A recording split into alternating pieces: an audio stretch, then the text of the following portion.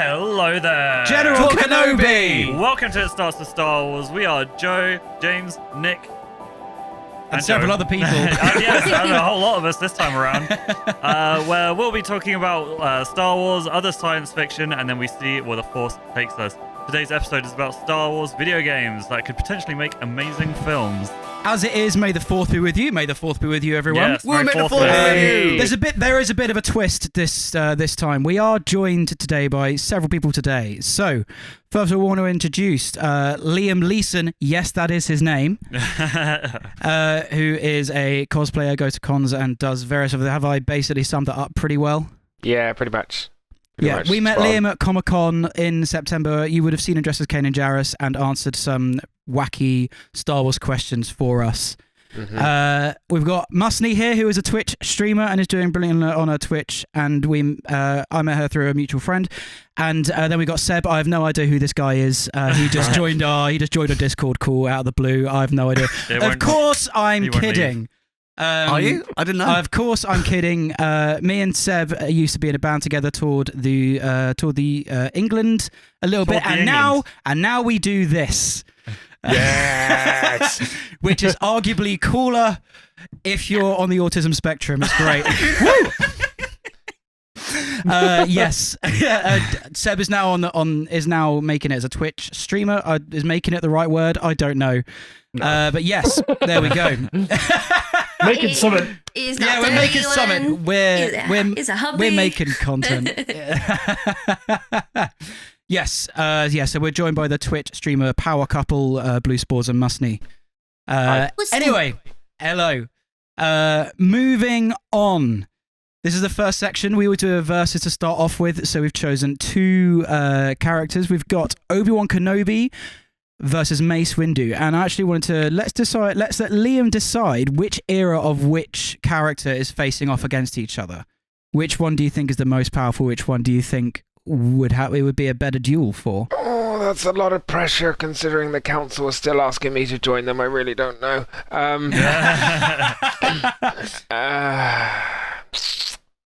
Do you know what?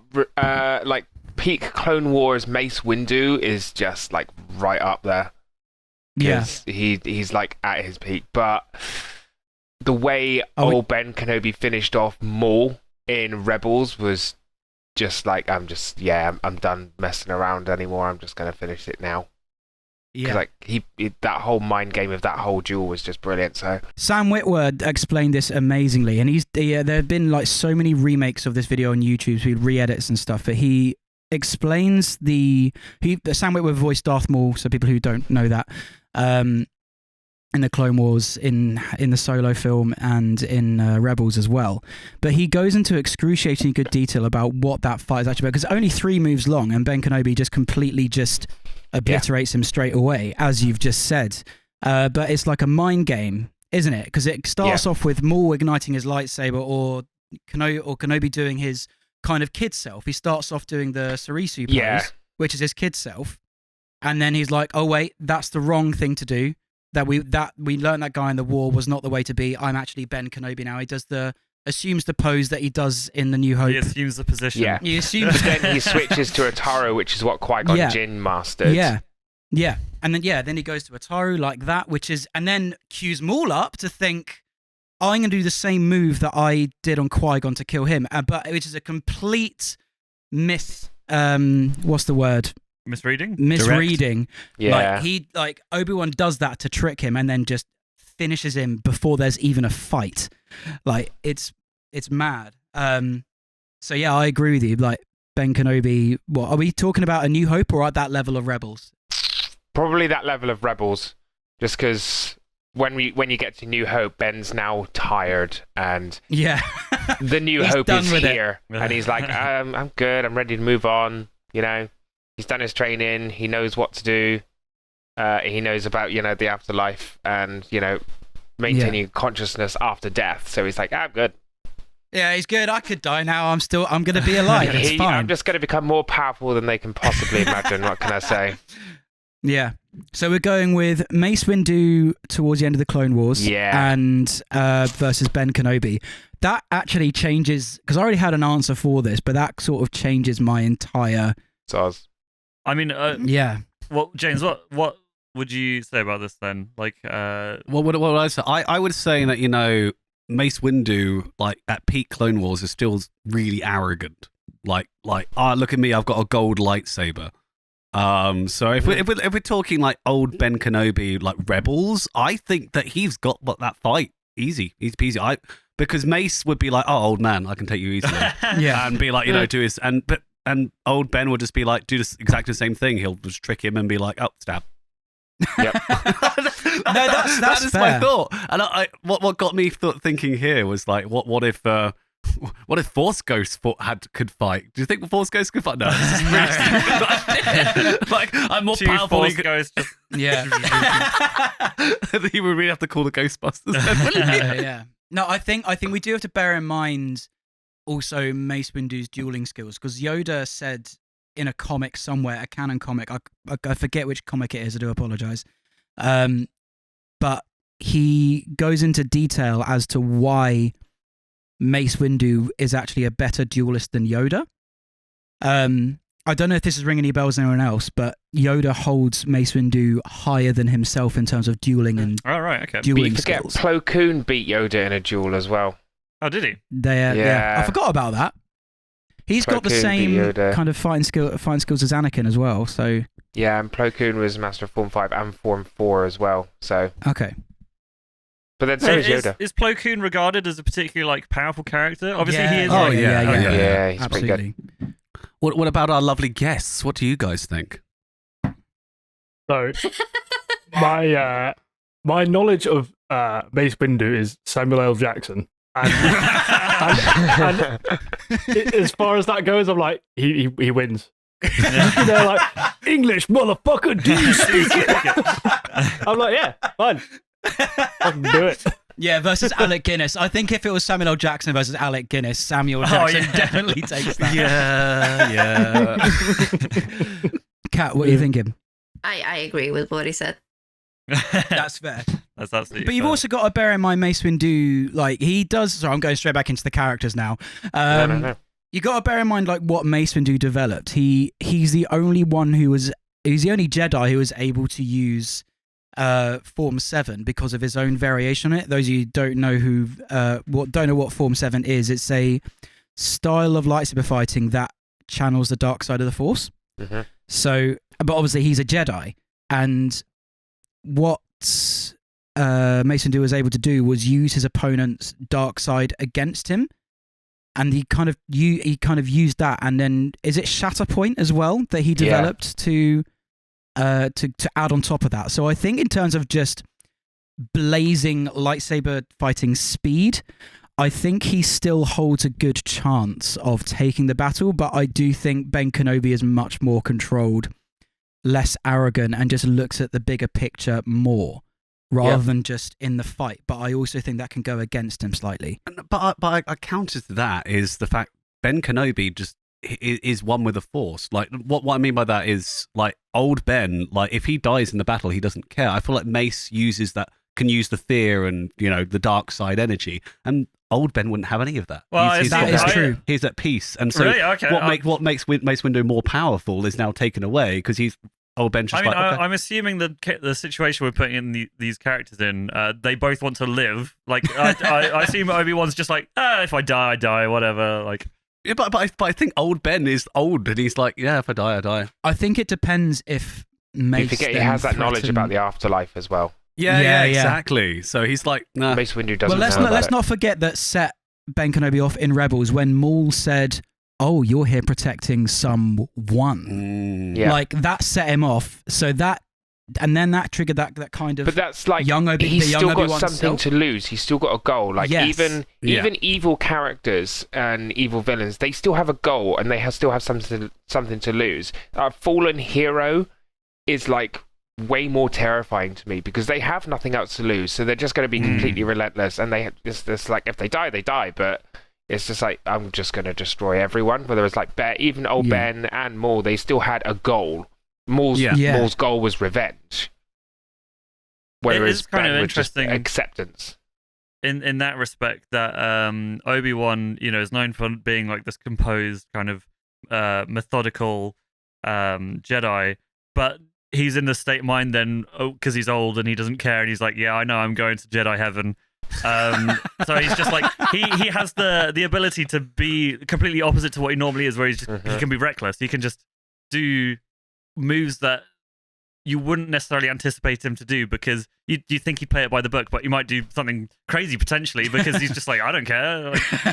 Like, yeah, I think my original point was like, he's got Luke to look after. yeah. So I don't think he can just turn up at the Owens house and just be like, I'm a Force ghost now, guys. Because also they wouldn't be able to see him. He wouldn't be able to be around. I think if we're choosing this particular era of Ben Kenobi, he does have Luke to look after. That responsibility, effectively the fate of the galaxy, still rides on him. It's a little bit of pressure. No wonder he aged so badly.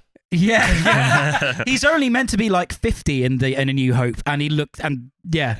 I mean, 2 sons and a lot of pressure. Yeah. It's going to take its toll. What I will say, obviously you got the 2 sons, and Owen and Beru look really old as well, like really old. But this is probably something complete off topic. Well, no, it's on topic, but did you guys ever think that Obi-Wan experimenting with the afterlife is what aged him up more? Like, because I always thought, like, if you're like going on the bridge between life and death, surely that would like age you up, like when they say you've seen a ghost and your hair goes white. Yeah, I always thought that was my head canon explanation of why he's older. I mean, yeah, because he's been talking to Qui-Gon Jinn for a few years in a cave as well. So it's yeah. But I know that's not the canon version. But in my head, I'm just sort of like, if you're experimenting with something like, life extending technology, that would have some effect on your body. But that's just me. No, I completely understand what you're saying, because if you think about it, I know technically it's because they used a puppet and CGI, but Yoda looks very different in the original trilogy compared to the Clone Wars, and at the end of the Clone Wars, Yoda did learn how to turn himself into a Force ghost, and there is a whole arc about that. If you haven't seen it, it is fantastic. It's like it's almost like story.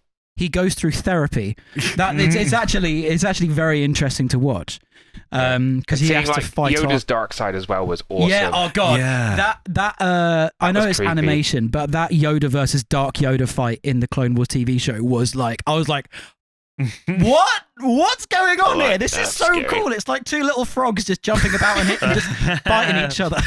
It's great. Kirby. But yeah, I see what you're saying. But also, because Qui-Gon half learned to do it before the Phantom Menace, didn't he? So maybe that's why he didn't age as much, because he learned to keep his conscience, but didn't learn to produce his own image, did he? After death. Yeah, that's right. So maybe, I mean, yeah. But then Disney kind of, I nearly said screwed that, didn't they? But because at the end of obviously of Kenobi, if spoiler alert, if no one's seen it, just in case. Qui-Gon's in it. Yeah, it's just like, you just weren't ready to see it. It's like, you can't change something like that by just putting in that one freaking. No, it's fine. It's fine. We're all nerds here. I just want to touch on something you were talking about before. So, do you have to be Force sensitive to see Force ghosts? I'm pretty sure. Yeah. Right. I think so. You can't just be a Force ghost and like haunt people like normal people. No, I don't think so. Right, we've been talking about this for long enough now. Shall we should we make a vote? Yeah, have our decision. Well, let's go one by one. Let's go Kat, because Kat's not said much. She should go first. I like the actor that goes with the bloody snakes out of my plane. I vote that. Seb? Wow, I think I've said my piece. Yeah. Samuel L. Jackson's going to kick everyone's ass. Yeah. I think, see, I'm still struggling here, because I do think Mace Windu I think if it was Mace Windu versus Clone Wars Obi-Wan, Mace Windu takes it, no problem. But I think just because of the amount of Force kind of aura that Ben Kenobi has, I just think he has to, right? Yeah, he has to.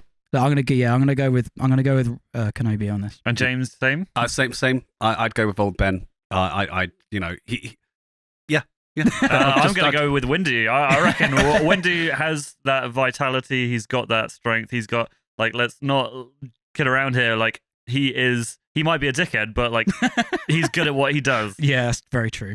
Liam, what do you think? I feel like old Ben now, just like aging in the frickin' sun right now. A lot of pressure.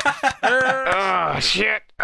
Probably going to have to go with old Ben, just probably because of the Force sensitivity and the amount of connection he has to it. But Ben. I mean, I suppose we haven't had the ability to actually have a split decision because there's only been the three of us. But this is the first like actual 50-50. It's a draw. Wow, shit, okay. Well, holy shit. I think those watching on May the 4th, guys, you guys get to decide. That's your May the 4th treat from us. You let us know in the comments who you think. And who wins, Ben Kenobi or Mace Windu? I do want to quickly add, though, just something I thought about now. Mace Windu did say that Obi-Wan was the master of, like, the best master of Sarisu that he'd ever seen. Again, for those who don't know, it's Form 3 of lightsaber combat, which is just purely defensive. And it's basically creating a defense system. So, what's the word? It's always to do with endurance and... Yeah. So it's basically like a wall of blocking. He developed it so perfectly that... Even Mace Windu said, I don't know how I would win against you because you'd be able to counteract most of the things that I could do, but I do think I'd still beat you because I'm Mace Windu. Fuck you. So I do think Obi-Wan's defense ability should be taken into aspect. I think the only way Mace Windu could beat him is by mainly putting him on the offensive.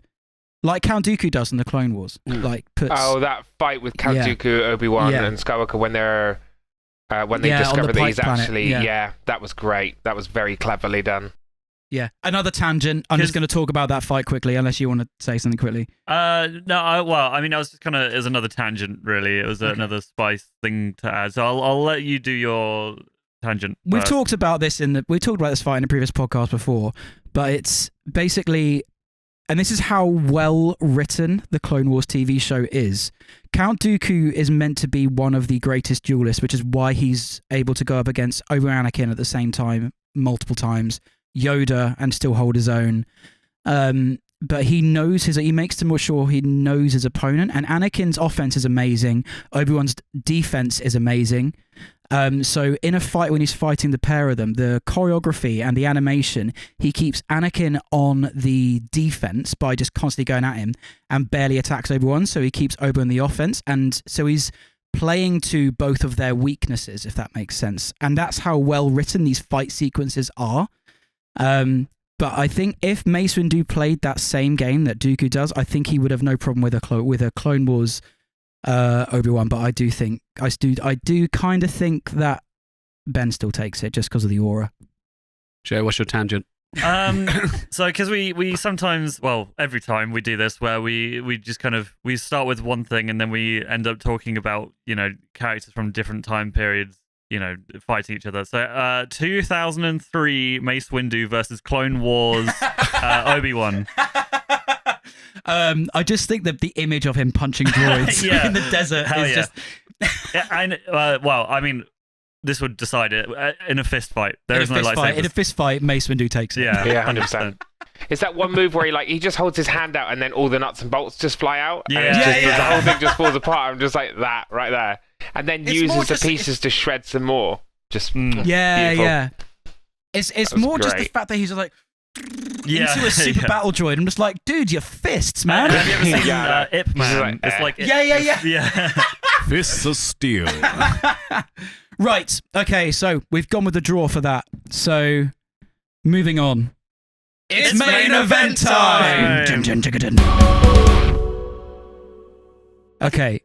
So basically, what we're going to be talking about now is video games of Star Wars that would be incredible films, the kind of style film it would be, what we could expect from it, and how would they go about adapting this into a film.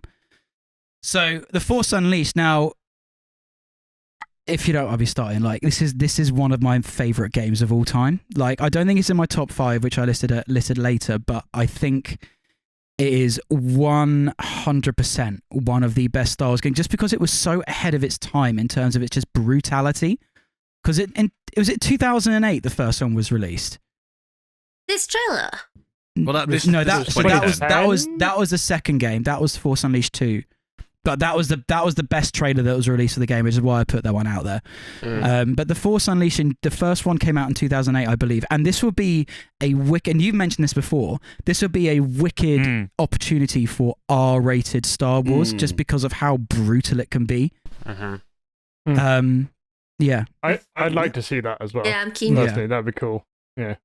Is the campaign of both the first one and the second one, is it like conductive to like a movie plot, or do you reckon it would be like more of a series, or like how easy would it be to turn it into some traditional media? I'm actually interested in Liam's opinion on this one because this is one of Liam's favorite games. Yeah, well, okay. I'll let Liam say his piece, and I'll say what I'm going to say. No, go for it, because I'm kind of. Okay. Well, what I was going to say is, I replayed the entire thing, like which was cool. The gameplay from the first one, I didn't gel very well with it. It's one of Sarah's favorite games, the first one. She never played the second one, but she got very fond memories of the first one. It was a little bit janky for me, but story-wise, I thought it was really quite good. I liked how the two films sort of linked together quite well. Not two films, but two games. I think it is conducive. I think you could make it a film or you could make it a TV show. I feel like it would lean to a Disney Plus show quite well because you could have the time to develop the characters. I feel like it was really interesting. We had a whole conversation, a couple of, for those that don't know, we do it on our podcast. We had this conversation about how Starkiller is the clone. And Darth Vader says, "Oh no, he's dead." And I was rewatching that and found the Easter egg of his number, of Starkiller's number in the first game, and it's the same number that he's called in the second game. What do you mean? There's an Easter egg. If you look it up, you can look up find this Easter egg. In the first game, you can find a number on Starkiller's like his cryo tank, and it says such and such is this. When you escape, it says such and such is loose. And in the second game, you can find the Easter egg, and it's the same thing that he's called in the second game, his clone. Oh, so are you saying his? He's not a clone. He's not a clone. Yeah. Are you saying so? It's halfway through the first game, Darth Vader basically throws him, pushes him through a window and throws him into space. Are you saying that he dies in that and then he comes back as a clone halfway through the game? Because that's not technically off limits. Either that, or he's just brought back to life with weird Sith tech, but it's just so interesting and then replaying the second game and him slowly getting the memories back throughout the game, and I'm like, well, a clone wouldn't have any memories. It was leading.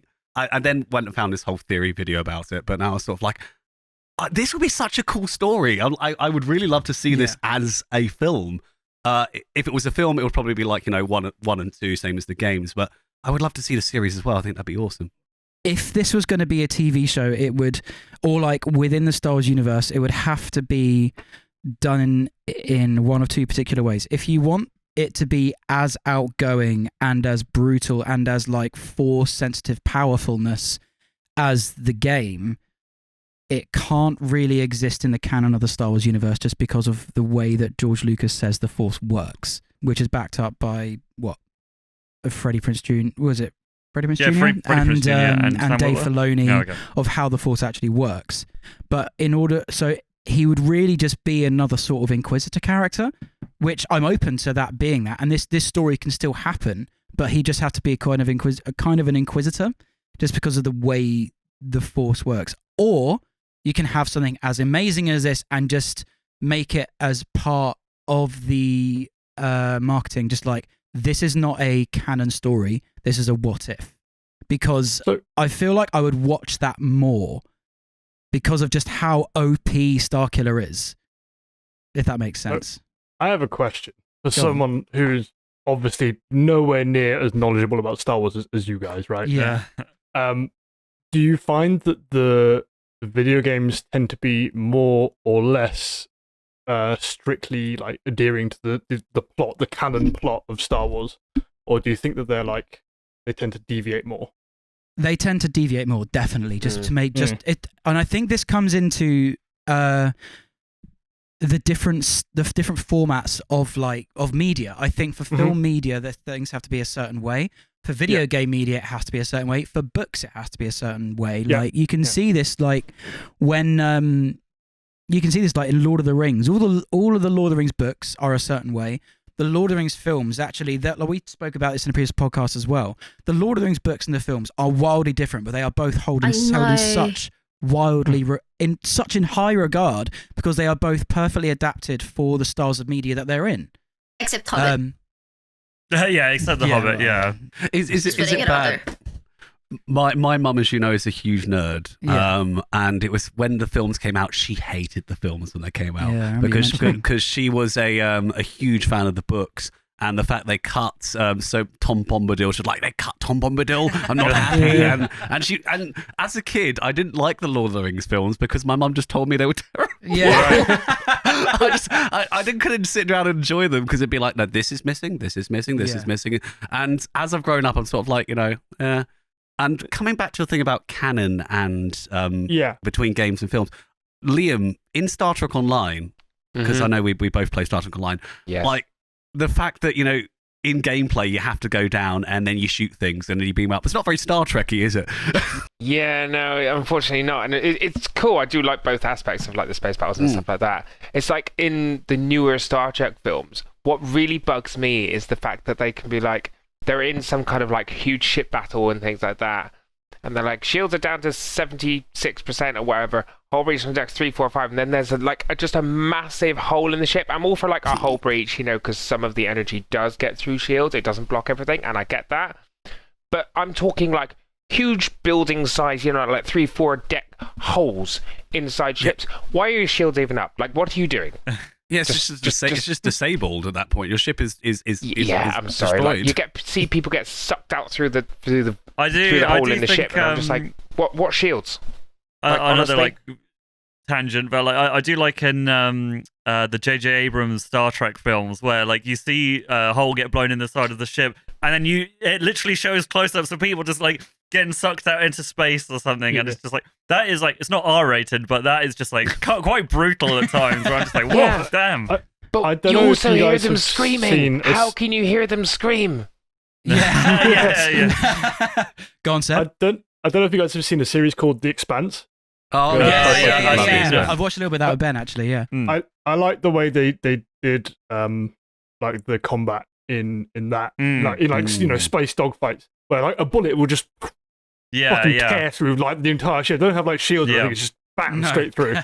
Someone can get just nailed in the head through a ship. Like, it's fucking crazy. Yeah. Cool. Yeah, no, that's That I feel like this would have that kind of level of brutality with it. That's the thing with the Force Unleashed. And also, people have been asking this for a very long time. This is a fan favorite in terms of what games could be.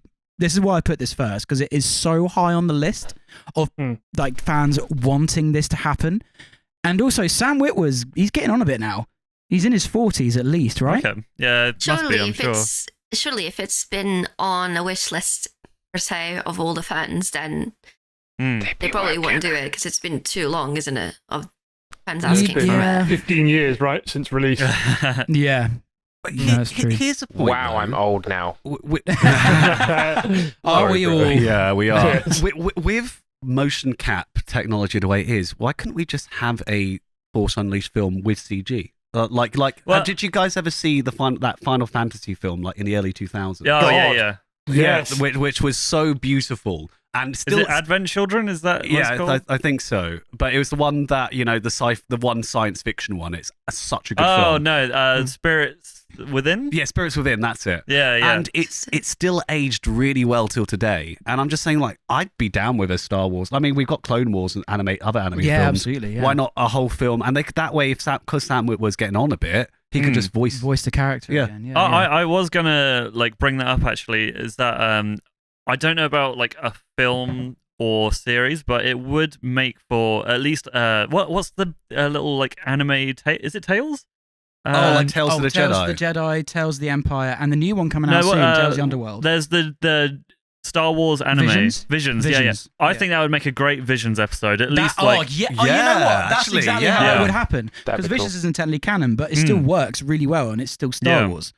Yeah. No, that's in. Yeah, it's. I would love to see an adaptation of this game in some way into a film. It would be so cool. And like, the guy who plays Starkiller, who you saw fighting against Vader in that trailer, I love how embedded into the Star Wars world he is now. Yeah, yeah. Because he plays Darth Maul in the Clone Wars. He is also in that Mortis episode. He's the voice of the embodiment of the dark side, the sun. Yeah.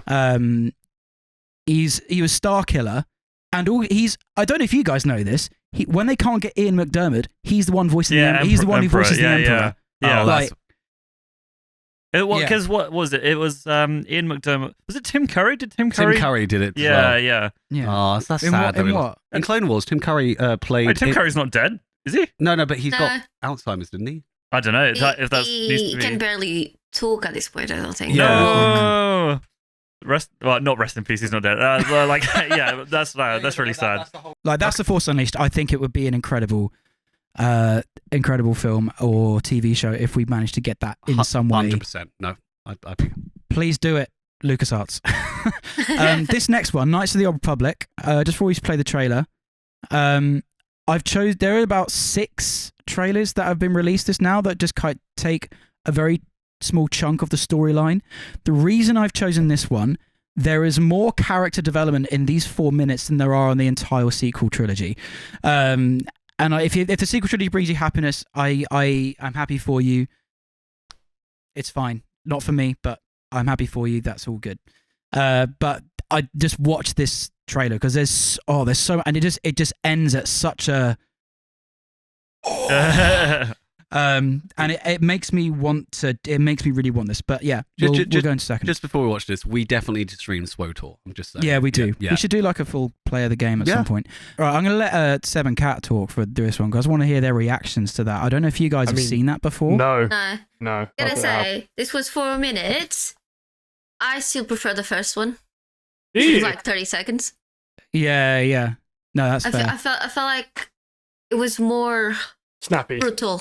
Yeah, more brutal. Yeah, I don't think this one would be as brutal. But I just love these from this trailer. When I saw this trailer back in like 2015, I absolutely fell in love with the color yellow for lightsabers. Like I don't know, that's the main thing it did for me. But yeah. I think it already like the trailer is already cinematic as hell. Yeah, I can see why it would lend itself to making a good movie, right? And there's clearly a good plot in it as well. Yeah. I know why I was a bit. It's cool. It's not as cool as the other one because the 2 characters remind me of the 2 Spanish brothers in Breaking Bad. That just walk and they looked exactly the same. Yeah. And I'm like, I hate those dudes. I'm like, nah, not for me. But I do take it as a cool trailer.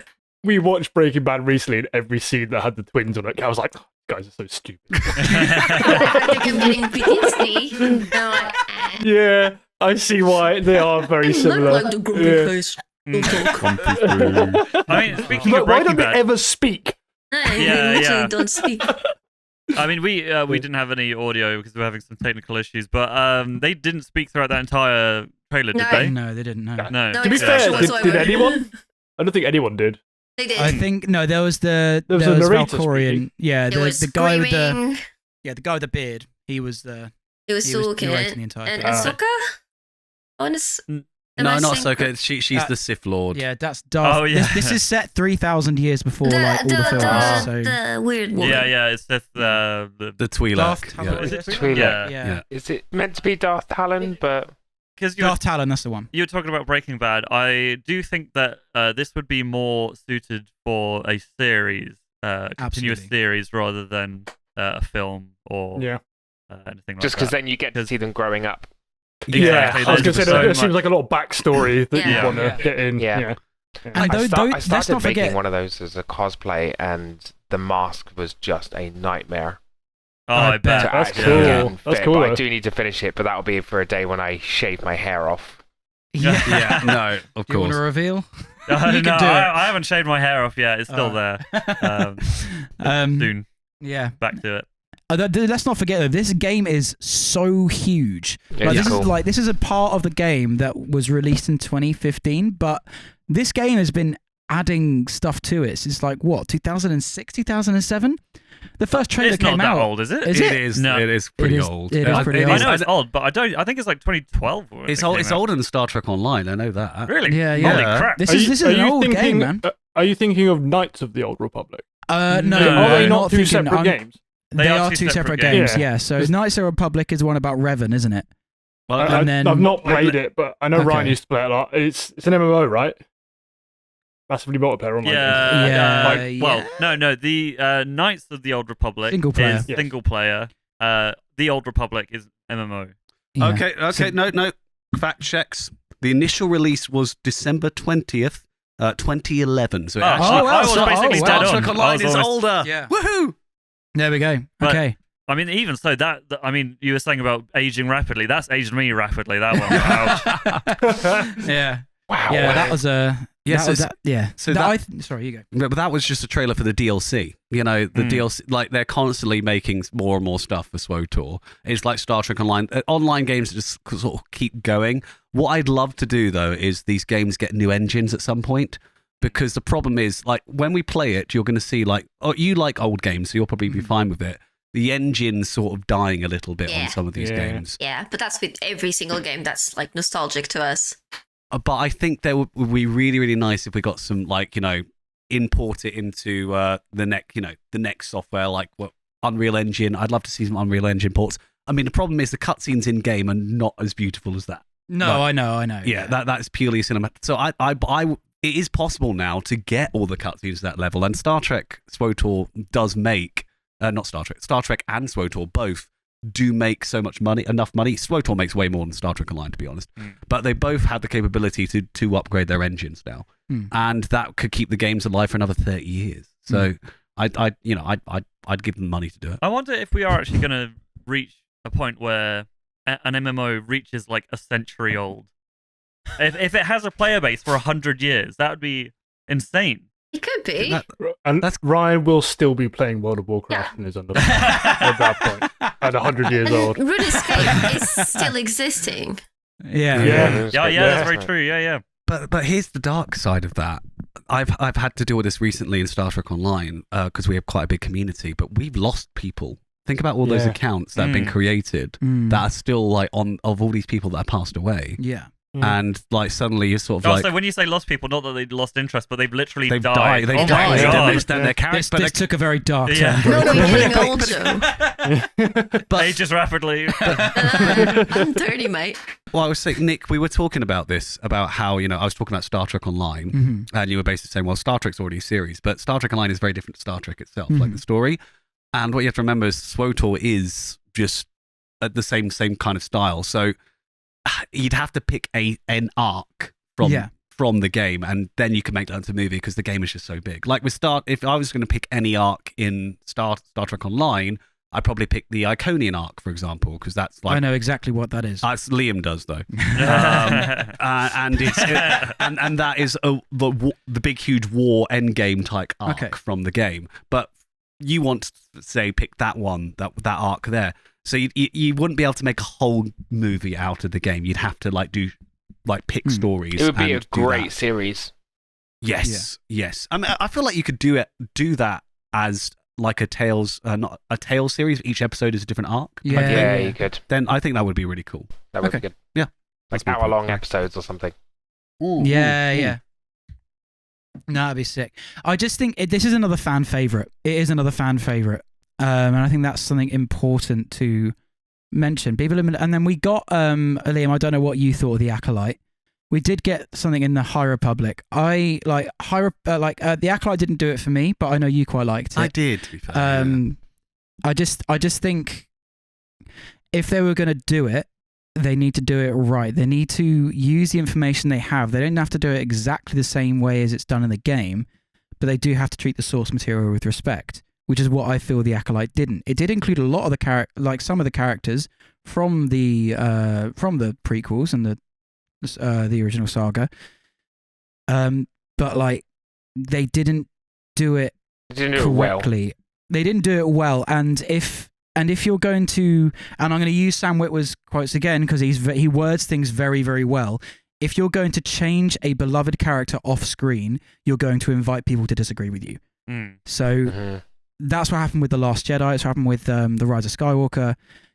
So you just have to be careful that people do, like, you're able to retcon stuff and change stuff. Like Rogue One did with changing the lore of how the Rebels got the plans. But they did it well, and the source material was done well. That is a good example of a good Star Wars Disney film, Rogue One. But you have to give the same level of care and direction to something like this if you're going to change it, because the game is a huge community and a very dedicated, loyal community. And if you change that, do it well. The Acolyte is an interesting example of canon changing, and then a new series adapts it, and some people don't like it.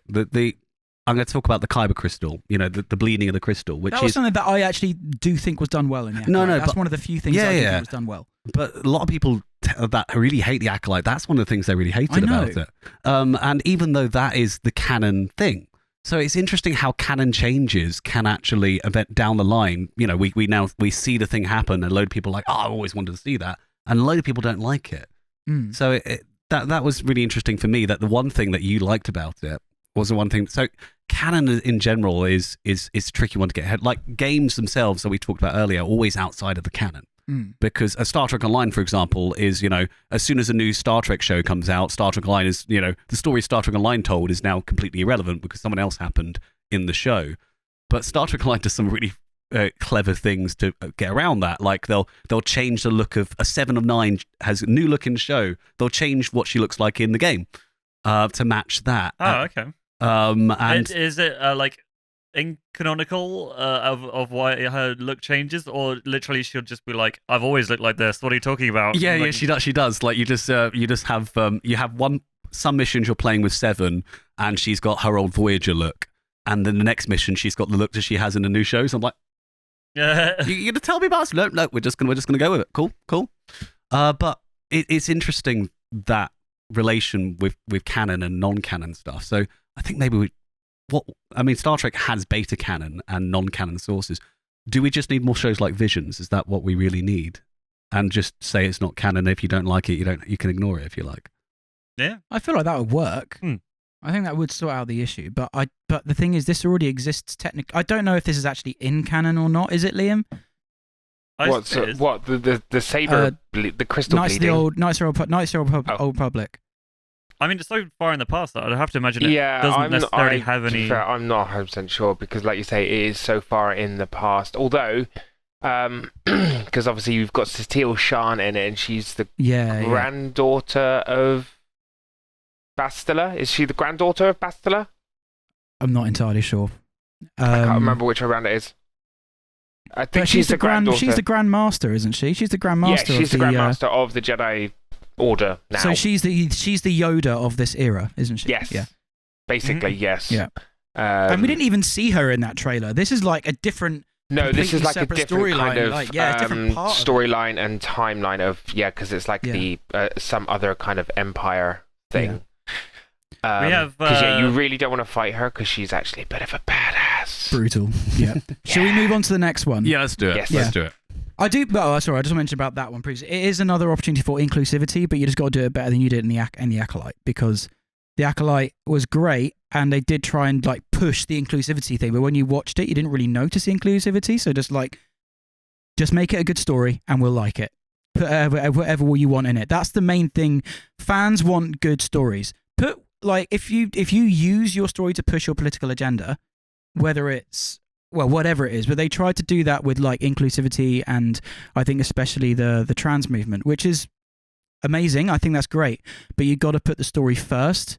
The political agenda comes second, and that's why a lot of fans got pissed off with the marketing of this, is because they were pushing so much something that wasn't really even that noticeable in the show. Yeah, no, me and Sarah were talking about this very same thing. Like, if they've just advertised the marketing was all like, oh, look at our inclusivity, and it's like, that's great, but tell me about the story. Tell me what's happening in the story. Yeah, you have to do it in a way that's not in your face.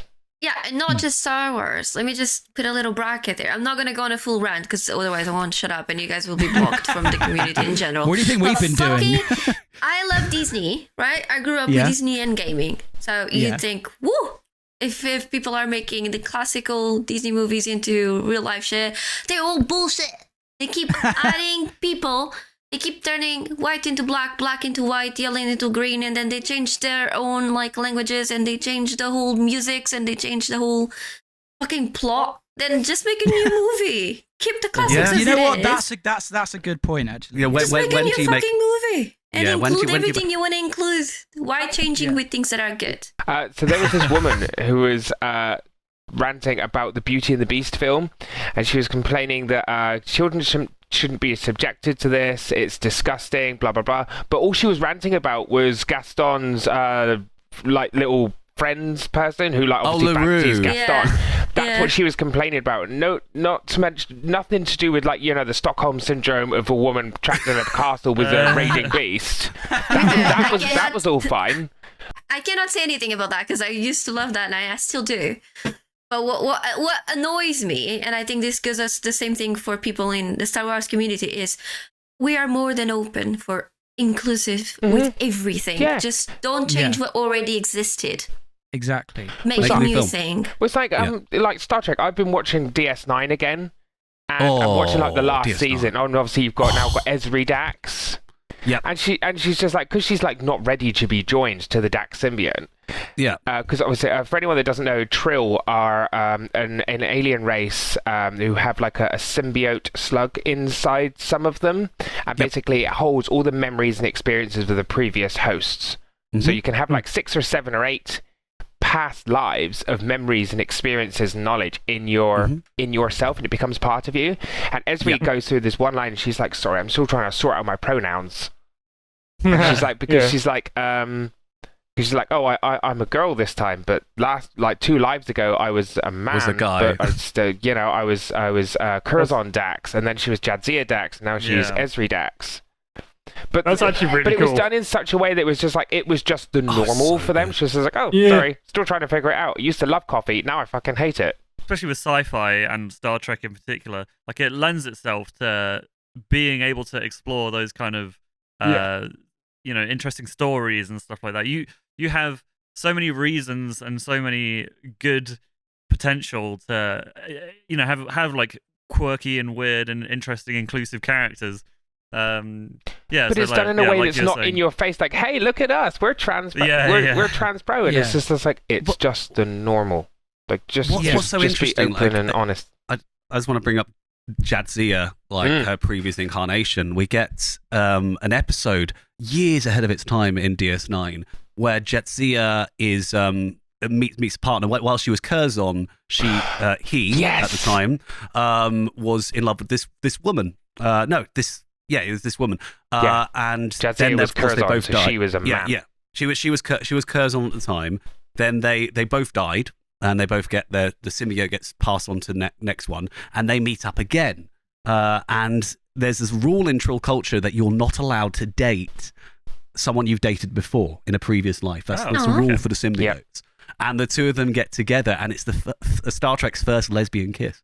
But this was in like the early 90s, so like this was like this was really like it was already established in the Star Trek community before people started making inclusivity like a real thing. It was Star Trek's been doing inclusivity since it came out in the 60s. Oh yeah, there's like people with skirts walking around the Enterprise. Oh, the scant shirt and I love the scants. Yeah, bring back the scant. That would be a great cosplay, to be fair. Yeah. Anyway, we should move on because we have been on this one for quite a long time. Yeah, that's true. I just want to say one more thing. I'm not going to go on about it. Okay. I'm just going to be like, look, we all like. I don't know about what you. Well, I think we've spoken a little bit about it, but growing up as nerds, especially in the 2000s, which I feel like we all did, there was that like it wasn't cool to be a nerd. We know what it's like to be part of like I don't want to say gamers are the most oppressed people. No, we're not. No, we're not. But like we know what it's like not to feel accepted. Because I remember people ridiculing me for like being how obsessed I was with particularly Star Wars, Marvel, Harry Potter, Lord of the Rings. Like people would not it was cool for me to be a nerd. Yeah, it's I'm cool a for female. there we go. That's fine. the difference. I wasn't bullied for being a gamer. I was popular for being a gamer. I was bullied for different other reasons. Different people things. Still bullied. But the gamer bit was actually quite good in my role because I have a vagina. So that back in the day was really rare. I don't believe it. Yeah. So me and Sarah this morning were talking about this. She found an article that some incels some incels thought that gamer girls don't exist, and that girls only said they liked games so that they could get with them. These girls definitely want to get with these incel guys that don't leave their mum's basement. Okay, that's an interesting. Yeah, so apparently girls don't like to play games. They're just Cat's faking it just to get with me. It's the same people that put the I have girls come up to me all the time and they're just like, "Oh yeah, I was totally gaming the other day." That's just me. Anyway. Moving on, what's our next trailer? Republic Commando. Now, I'm really excited to talk about this one. This was my favorite so far. Yeah, I like that it was an actual gameplay trailer as well. That looks fun. That looks fun. I've not played this one. I need to. Have you not? I played as a kid. Like it was interesting. This is annoying me. Yeah. I've been trying to say all the entire time. Oh, you could just turn and say. I was doing that. Oh, I can't. You were talking last. Sorry. No, that's fine. Be sexually in a window, doesn't it? Yeah. That'll get you cancelled. Yes, that will indeed. We're actually starting to start Star Wars OnlyFans, and that's going to be quick for that. Anyway, moving on.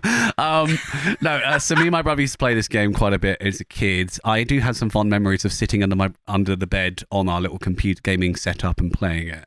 But like, Halo replaced this for me because of how different it felt, because this felt very sort of clunky and very much staying in the same place. If you play this game, it's quite hard to play it once you've played other games, because it's very much like you stay like this, and it's very straight, and everything's the movement's very much like this. It's very reminiscent. It's a hard game to begin with. Yeah, really, because I was streaming it somewhat recently, a few months ago, and when I was playing it, I was just like, damn, this is really hard. I don't remember. I definitely didn't complete it as a child, but I got maybe a few levels in. But games back then were harder than they are now. You get health back every 30 seconds in games these days, and checkpoints. You know, like 10, 15 years ago, you get a health pack where a checkpoint and some shit's about to fucking happen. Yeah. Exactly. So I've never finished Jedi Power Battles.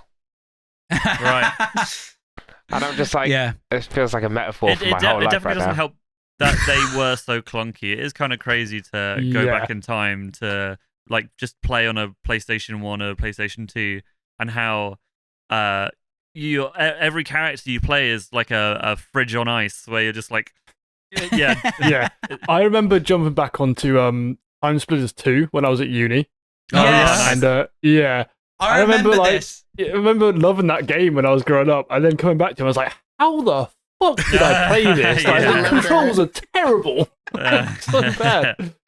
Still a great game. It's Don't get me wrong, amazing. Yeah, I remember that week because it was Freshers Week in third year. We were living together at that point. That's right. And I don't think anyone saw you leave the living room, because I brought my PS2.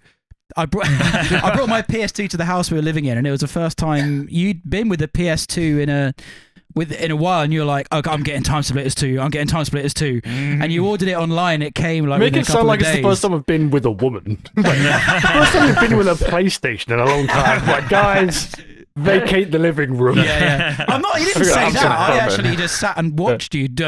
We just talked about it because it was a game I sort of played. All right.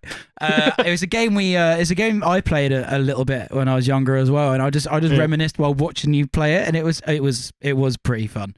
Yeah, I mean, it's a good game. We are talking about movies and films and series. What do we think this would kind of fit in? What do you reckon? Oh, to make it Horror like the Doom movie. Definitely. Horror vibes. Yeah. Have you guys ever seen the Doom movie? Have you ever seen it? Yeah. Oh, it's incredible. I was terrified of it when I was a kid. It was the only movie that scared me as a kid. Really? Yeah. It's because of the scene where they go in, all the pets are like stored, and they like just munch on them. I'm like, why? Just sobbing my eyes out. I'm just terrified of it. But I loved the game when I was a kid, so I didn't understand that. On a quick side note, literally, I'm pretty sure the explanation in the movie is that like the demons have Down syndrome, like they're lacking a chromosome or something like that. Like literally, like the demons are. Is it lacking or they have one? They have an additional chromosome. Yeah. So that's why they're like that. Oh my god. Yeah.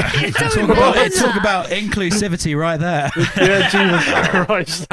And basically, they take the serum. One of the guys take, and Dwayne Rock Johnson's in it as well. Yeah, I was just gonna say, right? Yeah. And it's the end sequence is so hilarious because it literally is just taken from the game. First person scene. It goes first person mode, doesn't it? It does in the film, and it is insane. Like it's ridiculous. Say, I quite like that nod though. It's not perfect, but it's cool. It's like, this is for my game. Yeah, that was the first time in a film where I was just like, whoa, I can see them actually like doing a first person shooter view. Like that's Yeah. Didn't Will Smith, wasn't he in a film recently where they had like a first person sequence? I remember seeing a Men in clip Black of the making 3? Yeah, what with the has pistol like a camera strapped to him and stuff, didn't he? Yeah. Which cool. one? That's cool. Hitchcock? I don't know what it's called. Men in Black 3, I think it was. Was it Gemini? Was it Gemini? No, not Men in Black. Bad Boys 3. Bad Boys 3. Yeah, I think you might be right. Bad Boys. Or Bad Boys 4, however many there are now. I think it was Bad Boys 3. You ain't seen Bad Boys 2? No, or 1 for that matter. Actually, no, I've seen one of them. I don't know. What you gonna do? What you gonna do? Which one is the one where the rats are fucking? Right. Never mind. What? Don't worry. You're watching some weird porn, mate. Yeah. Oh my. Yeah. No, in all seriousness, I think it would look amazing like the Doom movie. Yeah. I think it would be really cool. Like if they did it like a proper story, because for Nick, you've not seen it. It starts like you've got the actual plot. I can imagine what the Doom film is going to be about. Yeah. No, but it actually like the plot was really interesting. Like it did a proper thing, and then it was only at the end for like the final sequence instead of having a proper final battle. It was in the Doom sequence. Yeah. Oh, cool. So it would have been really cool if they did a Republic Commando game.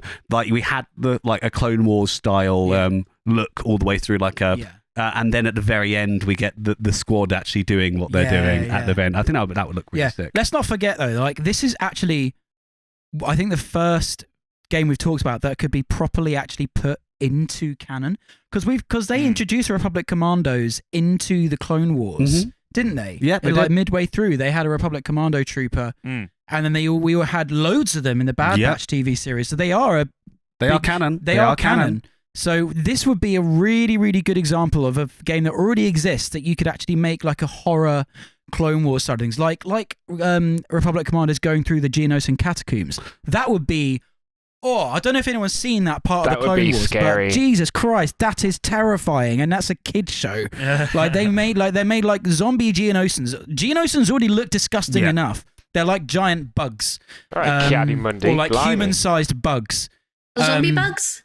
They're literally they die, and then the Queen takes control of their body and reanimates them, and they're basically zombies. The only problem, I'll stop you there, Nick, is you might get in trouble with Starship Troopers for doing that, because Starship Troopers literally does that entire thing. I mean, that whole arc on the Clone Wars is basically ripped from Starship Troopers. Okay, but they've still done it in Clone Wars. No. It could be an extension of that. Yeah. I think it would, but you need to make sure you don't make the same mistake that Starship Troopers 2 makes, which was my next thing, which they made it too dark so you couldn't see anything. As long as they got rid of that issue, like you want it to be dark and scary, but there needs to be like. Do you mean like in lighting? Lighting wise, lighting wise. That's fine. Yeah, just do it right. Yeah. Like the issue in the Game of Thrones like White Walker finale, it was so dark you couldn't see anything. Yeah. And that's the only problem with those kind of sequences. So if they were going to do it, they need to not make the mistake of Game of Thrones and Starship Troopers and make it so we can actually see what's happening. See what's going on. Yeah. But no, I think this is a really good opportunity to do like horror Star Wars. There's is it the X-Men New Mutants? I think there's a it's a bit more heavy, isn't it? Yeah. I don't think it was a very good film from what I've heard, but like it was like an X-Men horror movie, I believe. Is it not like R-rated or something like that? Yeah. But that would be like a good equivalent of because typically X-Men is a bit like goofy and fun and like just like Marvel, and then it's like taking this like sinister, creepy, not realistic necessarily, but like grounded, like if you saw someone, someone's face come out of a wall or something, you'd probably be pretty freaked out, wouldn't you? Yeah. Dick. Now, I figured we'd pretty much spoken about that one now. Do we want to watch the trailer for the next one? Because we've seen, let's be honest, we've all played Star Wars Battlefront 2. I know I played it with Seb in my bedroom. Yeah. Have you played classic Battlefront 2 before? Or any of the Battlefronts? I'll take that. No, we're watching the trailer. Okay, we're watching the trailer then. That answers the question.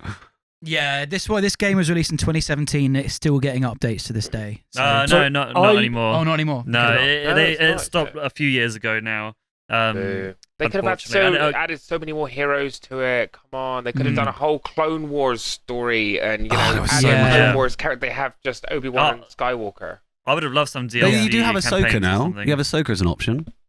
I think it might be a mod though. Speaking of modding, this is the one problem with the modern version is that we were reading this article. The new one is the multiplayer is now unplayable because of the amount of hackers that they've got. They've got a real hacking problem. We were just playing it the other day. Not the other day.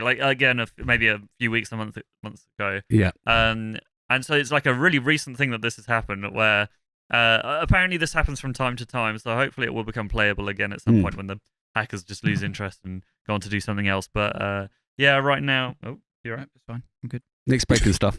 That one was dying in one shot. What about that? He said, we said bullshit. Sorry. Yeah, people dying in one shot, basically. Yeah. But yeah, it seems at least at the moment it is currently in an unplayable state, which is really a shame because it is a fun game. Yeah, it's a shame because what the hackers are doing is they're throttling people's internet to get them to DC. Which is the worst. I mean, as a gamer, that even if you're dying a lot, you don't really care unless you get to play. There's something about not being able to spawn or something. Yeah, they're blocking the spawning, so they're desyncing you, so you don't physically spawn in, and then they win the game. And it's just like, well, that's not fair. Yeah, how's that even fun? Not fun either. I don't get it. It's just like that's not even fun. Like I play a lot of Overwatch, and I'll have terrible games where I'm like, am I playing like shit? Am I the drama here? But it's still kind of, but even if you still lose the match, it's still that was fun. At least I got to play. Yeah. When I'm tanking, I'm always the problem. We don't talk about that, Seth. Do you know what? I used to hate tanking. I love it now. It's so much. Yeah, I enjoy tanking. Yeah, I'm trying to force myself to do it more. So I'm shit. My playstyle definitely changed. That game that we just saw the trailer for, with the hacking. Is there any profitable looting that you could get? Is there a reason why they're not even trying to annoy you by cheating in a point that they're just instantly killing you, but actually kicking you out of the game? I think there were loot boxes, wasn't there? Yeah, so you can get extra points for winning the game, but the main reason is that a lot of people that have been doing it they're doing carries for people, getting people's KD and stuff up, which is just why? Who cares? What's the point of your KD? Just play the game. Yeah, if it's making people stop playing the game, then why do you care about your KD? Because no one's going to play the game. Exactly. I got to a point. I mean, I got it with Destiny 2. I don't know if any of you guys ever played Destiny 2. But the Trials community, they have huge competitive PvP there, and it is just insane because you'll get desynced, and the hackers will, because you need to win. For Nick, just Trials, you have to win 7 games in a row to get the special weapon at the end, and if you lose, you don't get the weapon, and you have to start again. That's effectively how Trials works. I got out of gaming in the right time. I think you did. Probably. But hackers like that would just desync you, and then you'd lose that. It would count as a loss for you, and then you'd have to start again, and it effectively became unplayable for ages and ages. Well, but sorry, I feel like we're getting a bit sidetracked, but this is why I've kind of pivoted away from multiplayer gaming mainly. I still play Overwatch, and I play the odd multiplayer, but most of the stuff I play these days is single player, just because. Yeah. I deal with assault better than you. I do, because even if I die, I enjoy Apex and I enjoy Overwatch. I don't rage quit. Apex is the exception. I can't stand Apex Legends. I just really? makes me angry. I love Apex. You were still playing that? I am a Loba main. What do you mean? Loba. No, I like Loba, but I haven't played since her. I've not seen any of the new characters since. Oh yeah, I keep playing Loba. Really fun. I enjoy the game. I don't care if they're killing me. I'll kill them eventually as well. Salty as fuck over here. Anyway, sorry, we're That's all right. sidetracking. I'm going to bring it back a little bit, but there's also the classic version of this game, which I still play at least weekly. I don't necessarily play it daily, but I do play it like once a week, especially now that I've got it back on PC. It's my all-time favorite game, Star Wars Battlefront 2, the classic 2005 one. So that's the thing. I thought I was having like a Mandela effect. The PlayStation 2 version was a Battlefront 2, right? Yeah. Yes. Oh, that was fucking in my head. I was in the background googling like Star Wars Battlefront 2. I'm sure this was like 2 years ago. I don't remember it looking this good. Who was it? Was it Pandemic who did the first 2 games? I think and so. And it was yeah. EA who then took the series and did their own version of it, 2015 and 2017. They're in the Why game. couldn't they have changed the fucking name of it? I don't know. I think it's because Battlefront 2 They could have called it Star Wars Battlefield since it's fucking DICE. Yeah. Exactly. Yeah, that's true. Everyone would be like, Star Wars Battlefield. But I think what would make amazing films out of this is parts of the original story. I think the 2017 storyline will be amazing because the 2017 storyline does a really good thing, and it's kind of what Andor did for the Rebel Alliance in the fact there is a very, very... Don't know if you guys have all seen Andor, the TV show, the season 1 that came out, and they got season 2 coming out. I'm in it. Later You can this see year. the back of my head. Hey, that's cool. Yes, yeah, you were an extra in season 1, weren't I was, you? yeah. That's I was to pretty build cool. the Death Star. That was pretty sick. Yes, so Andor did for the Rebel Alliance what I feel like the storyline of this game does for the Empire. You see the dark side of the Rebel Alliance and the fact although they are the light side and technically the little guys, they are still technically, if you're following the line of the Empire, they are a terrorist group. For the galaxy, and it kind of that's what Andor does for the Rebel Alliance. But you've also got this storyline. If you notice the characters and stuff in that trailer we just saw, it sort of delves into there were actually good people and good soldiers in the Empire. Like there were good sides of it. It wasn't just the Sith. It wasn't just Emperor Palpatine and Darth Vader and Grand Moff Tarkin. There were actually it was a huge kind of order, I guess. And this kind of I think it would be a very, very good TV show or film that kind of delves into that side of thing. In fact, that although it's the dark side of the Force, there are good people on the side of the Empire. Not the bad side of the good like Andor. It's the good side of the bad. Yeah, exactly. What I loved about that campaign was how it basically led to them all realizing actually we should be on the other side. Like the spoilers, sorry everyone who hasn't played it. The game ends with the Battle of Jakku. We actually get to see the Battle of Jakku happen, and what actually happened at Jakku. And it is the officer who you see. While we have all the Star Destroyers, with all the stars crashing into Jakku. And we actually see the pilot you see at the beginning, the one with the really cool pilot mask, and she takes it off. She actually joins the rebels, and you get a lot of them sort of joining. I think one of them died. I can't remember.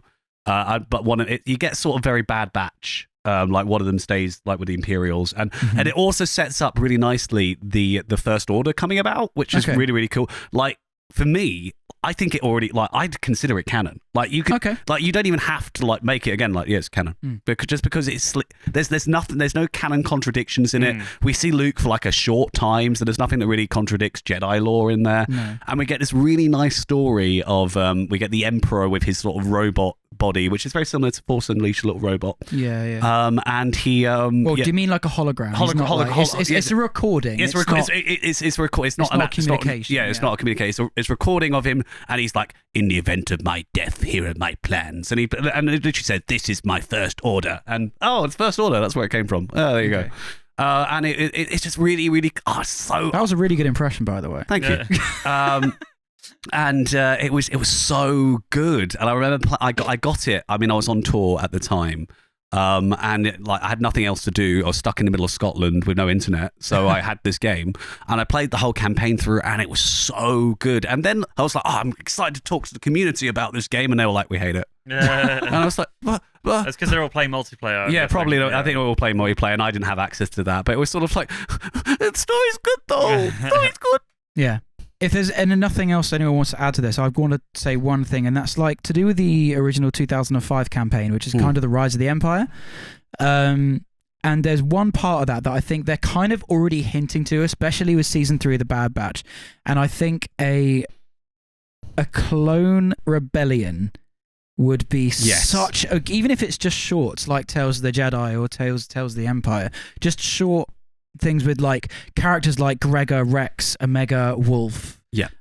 Like starting their own kind of clone rebellion and doing that, because there was that storyline. This now acts because obviously what happened to Camino in the Bad Batch, but I think a clone rebellion would be so cool to look at. It would definitely be just fan service. I don't think anyone who doesn't know what's going on in the Bad Batch will have any idea what's going on, but I think it would be something for the fans, if that makes sense. The only thing I will say is you definitely couldn't take the original Battlefront 2 campaign, because no, absolutely not. There's quite a few canon differences, because obviously Camino was destroyed in the Bad Batch. And that's for those that don't know, in the original campaign, Camino is where the clone rebellion is happening. If you change the location and we get some more of those characters, I mean, they've already set it up. Yeah. You know, like we've already seen it kind of happening. Haven't we? Yeah, it's like Bad Batch set it up. I mean, you know, you've got Rex, you've got, you know, everyone together. I mean, Cody's gone AWOL, and I'm sure he'd show up. Yeah. And I feel like we'd have a great chance to have Cody's redemption. Yeah. In it, like I feel like we've already had his redemption. Yeah, I feel like I think he's redeemed himself, because it was clearly like he feels shit about being the guy who gunned down Obi-Wan. Yeah, exactly. But yeah, that's my take. That's my take on it. I think a Clone Rebellion film or story. I'm going to go off topic again. Sorry. Oh god. Sorry. I know the Clone Wars is held in very high regard, and it should be. It is amazing, but it's like there is peak Clone Wars, and then there's like the filler episodes which of Clone down Wars. here. There's peak Rebels, and it's all the way down, and then there's Filler also Rebels. filler Rebels. The Bad Batch is the only one out of those three shows that is consistently good. I don't think it's like ever reaches like peak as much as Clone Wars Rebels does, but it is consistently good Star Wars TV I think the reason for that is because it's a little bit less episodic than the other two are. Like the other two are like, it's Saturday morning, kids. Go watch the Rebel Alliance now. Go watch the clones take down Jabba the Hutt. Way. Oh, or it something. didn't. Yeah, it didn't. No, Yeah, it kind of just, it's more British. It's more like Anakin. But when you got Bad Batch, which it follow the story is all the way through. Like we know where we're going from A to B. Whereas Clone Wars was, you know, I don't think Admiral Yularen narrating the beginning of the episodes is the reason why it's filler. No. That's not. But I'm talking about the difference in style. Basically, what you're trying to say, as far as I'm aware, is like the voiceover at the beginning is something to hook the kind of younger audience. No, I know that. That's not what my original point was. No. I know that's not what I was saying. What I was saying it was a tonal shift. Bad Batch is the audience itself is older. Okay. So we're going to get we've got this serialized story that's been created. Clone Wars was created for kids. And Rebels as well. But Bad Batch is a straight to Disney Plus show. It's for the fans. They know it's for it's for anyone that wants to watch it. Yeah. Anyway, we've kind of gone off a topic really on because this is about Battlefront. Yeah. Sorry. Yeah. That's all right. Do we want to skip this one? This is not really a very well known game, but Renegade Squadron is kind of like Battlefront 2 from the 2000s, but it's like it's sort of like a Republic Commando, where it's just an elite squad. But it's Stormtroopers, and then, isn't it? and Elite Squadron is Stormtroopers. Oh, that's Elite Squadron. Elite Squadron is Stormtroopers. Renegade Squadron is the Rebels, and that's basically what it is. And I think that'd be very similar to the Bad Batch. I'm just going to skip over this one. We don't have to watch these trailers. Rogue Squadron film cancelled. Why? Yeah, yeah, that's mad, isn't it? But I feel like this would be just another opportunity to do kind of what we talked about already with Republic Commando, or it could be kind of not really a James Bond secret agent vibe, but it would be a good opportunity for Renegade Squadron and Elite Squadron to like see going behind enemy lines and doing secret missions and stuff like that. Do you guys know about these games? Do you know what is your vibe from what I've basically described? Seb? Pew pew. Pew pew. I'll go with pew pew, yes. Pew pew. Pew pew. Yeah, I suppose, I mean, there's not really much we can say without actually watching the trailer itself. Yeah. But I mean, you get the gist of, you know, what goes on, and I guess it's like two sides of the same coin of, it's the same game, It's just one's Rebels, one's Empire. Yeah, and I'm not too familiar with the games, but I don't imagine there's anything that would stand out from this game narrative-wise to make it a different story than, say, something you would do with like a Battlefront film or series or something like that. I would imagine it would be something that would be encapsulated within something else that we might talk about or have talked about. And a Rogue Squadron film is just Top Gun with X-Wings. Give me one. Yeah, absolutely. Was Rogue Squadron on the GameCube? Yes, it was, and it was also on loved PC. Those games. I remember playing that at Virgin Megastore. Yeah, yes, I'm that old. I could have that on GameCube, but it was actually really cool. It was you could like. I remember it was like the scene on the Death Star. You could like actually go like fly through the trenches. Yeah. That was actually fucking really cool game. Yeah. Really like that. Yeah. So what I used to really love about it, my dad was a tech guy, so we used to get like really like we had the first sort of flat screen monitors before a lot of people, and my dad had 3 monitors set up. This was back when the game first came out, like early 2000. Well, it came out earlier, but early 2000s when I can remember. And he had a joystick set up. We had 3 monitors. We had the peripheral vision, and he had a hack on it so you could get the Naboo starfighter. Oh, that's very cool. So we had Rogues. The only one you can't use it on is the one with the walkers because it didn't have a tow cable. We were literally, if you had that, you could just literally go through the whole game. Everyone here comparatively has had a deprived childhood. That's fucking sick. It's so cool. We were joking about Seb not leaving the front room. I quite literally, that would be my life. That's me there, like. You'll still be there 20 years later. That setup remained the same for like 10 years, and then finally, that's so cool. But by the time we sort of got rid of it, I was like, wow, this graphics are really bad. But like, it's not, like having that joystick and being able to like actually feel, and we had the throttle thing as well, That's and it was so cool. Oh, that's amazing. It's funny you mentioned the Naboo Starfighter. You said something about the engines in one of our last streams. The Naboo, what was it? The Naboo engines are so powerful in the Star Wars galaxy. Yeah, it doesn't matter about inertial dampeners. If one of your engines gets shot out, it starts spinning, then you're just like, you're paste. You turn into meat paste. Unless you're Anakin Skywalker, in which case it's like, now this is pod Whoa!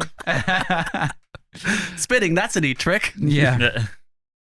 Right, shall we move on to the next one? Pod racing, Star Wars Racer Revenge. This is pod racing. Fuck, I had this game as a kid. It was so good. That you just unlocked a memory making me watch that. Memory. I always remember you could unlock Sebulba right at the end and his fucking... Yeah, and he was like super quick. Sebulba. I'm betting on Sebulba. Yeah. How would that look as a film, though? That's my... Who would you get to direct this film? And what would it be about? No. I'm going to pitch an idea. Go on, Seb. Have you guys seen Formula 1 Drive to Survive? Oh, yeah. No, but I hear good things. So it's basically like a really super dramatized like docuseries that they do every year after the F1 season, right? And it's all like the drama in the pit lane and like all the crashes and stuff. They should make like a series like that. But every year there's like fucking Sebulba like bad mouthing other people. That would actually be great. Yeah, like a documentary type thing where it's like in-universe documentary. Yeah. That would be amazing. Like, I actually wrote down here like Star Wars F1. Like that would be. It's what put it in my head. I was like, Drive to Survive. It'd be great. I feel like it would have to be a TV show though. I don't feel like that would work in a film format. No. I think maybe anime as well. That'd be cool. Well, there was that series. It's not pod racing, but it's like they are. Is it? What's it called? It's like Star Wars Rebellion. It's not Rebels. There's another one. Oh yeah. Yes. It's Resistance. Star Wars. And it was the one they did for the sequels. It didn't do very well. They're all obsessed with racing. It was a children's show. A space station that was like floating above the ocean or something, wasn't it? Yeah, something like that. Yeah, but I feel like they could have just turned that into pod racing, and it would have got a lot more attention. Probably, but then again, people would just think, "Oh, this reminds me too much of Phantom Menace," and so many people just don't like Jar Jar. I gotta say, if there was a pod race centered Star Wars series, He would play it. I think a lot of the hardcore 100%. Star Wars fans would probably be like, "Nah." Yeah. That's Really? true. Well, Would you really want to watch it? Would you be like, oh, the plot? Maybe if it was like pod racing, maybe absolutely I'd yeah. watch that. Maybe That's one of the best scenes of the Phantom Menace. maybe like a limited series. Yeah. In fact, there's anime that I bought. Well, I don't know if it's technically an anime. I think it is, but I think it's French. It's it's called. This is gonna be. No one's gonna know what the hell I'm talking about. It's called Oben Star Racer. And no, just me. But basically, it's just pod racing. It's just different races from all over the galaxy are kind of like joining this race, and then if they win the race, then they get like one wish or something. It's like the ultimate weapon, but it's a wish. I just so like Googled it would be like a literally death. like pod racing. Like the cars look the same as well. It's sick as fuck. It's really good. Like. That'd be kind of like a proper death game anime. Actually, that'd be really cool. Like, if you lose the race, you die. Yeah. I mean, actually, I would be invested in that. I would watch that. Just short but sweet. A limited series, like just one season, bish bash bosh. But like obviously make each episode maybe a race or a build up to have 6 episodes and have like an important race. Yeah. Once an episode or something. You just know though that they would make it so the main 2 characters like got together at the end, like they're racing each other, and then be like you'd find out like the last minute that the other person, it's a pretty girl, and she's gonna lose, and then like it would be like full on Hunger Games. It's funny. It's funny you say that because in Open Star Racer, the character is a girl, and she begins being like, "Hey, I'm a man, and I'm racing." And then she's just like, "Psych, I'm a girl," and everyone's like, "Oh, she's a girl!" Kat just shaking her head over there. Amazing. I mean, Kat, one of your favorite Disney films is Mulan. Yeah. Which is basically that plotline. Yeah. But yeah. also a really good film. So we'll allow it. There's I'd kind of put this next to the previous one, but like this would also be a good opportunity for like Star Wars Fast and Furious style. That would be stupid and dumb, but I'm here for it. Oh yeah, it'll be so there's already stupid. Too many of those, Nick. We don't need any There more. are too many of those, but not in Star Wars. Apart from the Force. Oh dear. Yeah, instead of family, it's force. Force. I mean, I feel like that already is the way, isn't it? Yeah. Like, Force. Well, I mean, I was going to say it's kind of still about family, really. Yeah. Skywalker. Yeah, Palpatine. exactly. Also, this is things I wrote about this when I. Oh, sorry, Liam, go on. No. I was just saying it's just that whole damn family. There's the whole Skywalker freaking family. Yeah. It's like, for God's sake. No, I wrote these things down into like there's something that could be concluded into a storyline. As Seb was saying, it could be an insight into kind of like the underworld of pod racing, what goes on behind the scenes, because like it's quite clear from the Phantom Menace, there's a lot of like stuff that like dodgy things that go on behind the scenes of the pod racing event. And then it could also be like a series of races that leads to the exact race in the Phantom Menace, the Boon Tarif Classic. It could be. It could be a story that leads straight into that race, like the drama that goes on behind it with Sebulba. Have a little guy playing Anakin. Have Watto. I don't know. I feel like if you were going to make a series, you'd want it to stay as far away from any established canon as possible. Really? Why? No, because you'd have too many people like find a plot hole and be like, no, this should happen here. I think if you were going to do it, it would be really cool if it was like, either like during the era of the Republic, the new Republic, or the old Republic, and it's like done more like a crime drama. Like they get an officer to infiltrate the races to try and find like a drug smuggling ring. That's bringing on the Fast and Furious stuff. Yeah. You know what?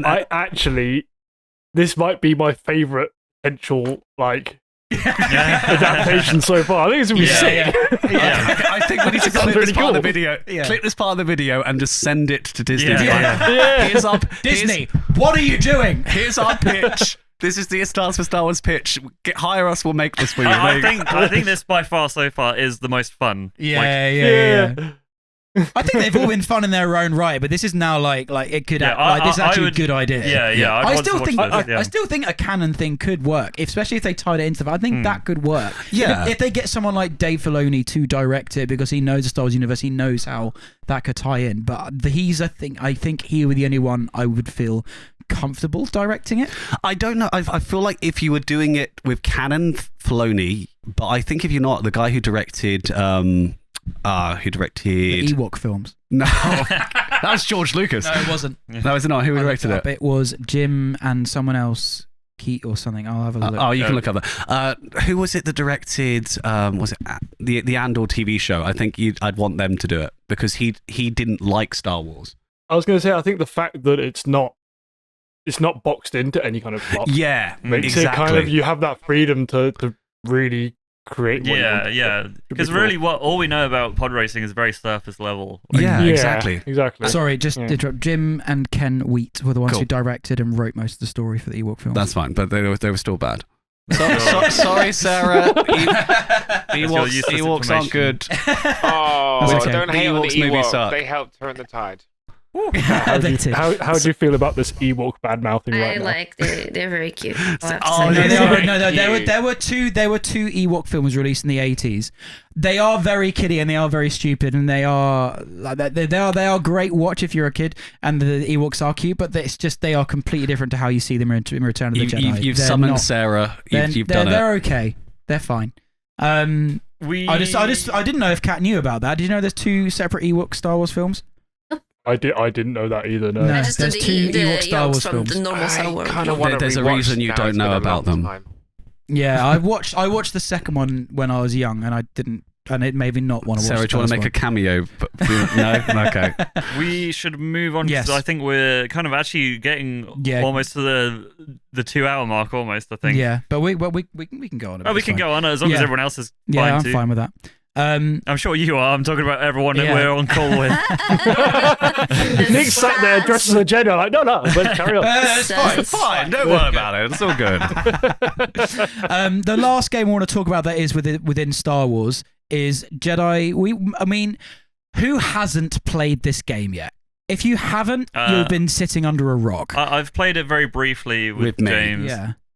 Have you guys played it? I've played a small amount of it. Because if it's the game I'm thinking of, it's like Dark Souls of Star Wars. Yeah, Jedi Fallen Order. Right? Yeah. And Jedi Survivor. I didn't get very far, admittedly, but I actually really enjoyed it. So I don't know why I didn't continue. It's a good game. It has both games have a very good reputation. Just don't do what me and Joe did and put it on the highest difficulty. Just and then I did that. That's probably why I didn't get very far. the also, Frogman. there's a part on like the very first section you get to, right? Where you can drop down a hole and there's like a giant frog thing. Yeah. I fought that thing for so long until I killed it. That's about where we got to. I don't think we got past that. Yeah, I gather you're not supposed to fight that at the beginning. And I mean, you can. It's just you can, but like you probably shouldn't. Play that, Seb? It's on PS. It was released on PS4, I think. Yeah, it was 2019. It came out the first one. Yeah, I think I might even have the disc for the it. game? Yeah, I do. Yeah, I got it a few years ago. Not long after it released. The amount of times I would run at Vader to try and fight him, and I'm just like, I meant to run away. I'm pretty sure I hit like double figures before I was just like, why can't I beat this guy? I was coming at every angle I could, and I was just like, what the fuck is happening? It's quite funny whenever I just want to kick Vader's ass. Yeah, exactly. You can't because he's Darth Vader. Yeah, it was when me and Joe were playing it. We were just and we couldn't kill Ogdo Bogdo. We were just like Bogdo. He is the number one villain in the Star Wars universe. I can only agree with that statement. Many hours of my life going, why won't you die? So the Zenja, who is a Star Wars YouTuber, he does a lot of AI voice content. He made it in his canon that Ogdo Bogdo is Obi-Wan's pet that Qui-Gon got rid of. And it's like, I was looking for Ogdo Bogdo for so long. And Cal's like, I killed him. Well, in the second game, I think there's like I don't know if it's like a Easter egg or a bonus or something, but you fight Ogdo Bogdo, and Ogdo Bogdo has a son, so then you fight 2 Ogdo Bogdos. This is getting out of hand. No, there are 2 of them. No. But yeah, I don't think there's really anything to say about that film apart from like I'm pretty sure it already is canon, and I think I don't think they would make a film out of it because the game was so successful and it kind of stands on its own.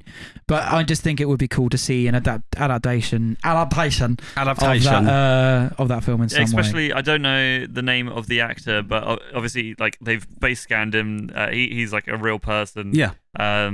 So all you'd need to do is just recast him, put him in, throw him in again. Yeah, like, they don't need to change anything. No. Yeah, I mean, sometimes I would really love them to like get the cutscenes and like do like some acting to fill in the gaps. Does that? I'd love them like to, and then all the cutscenes like linked together.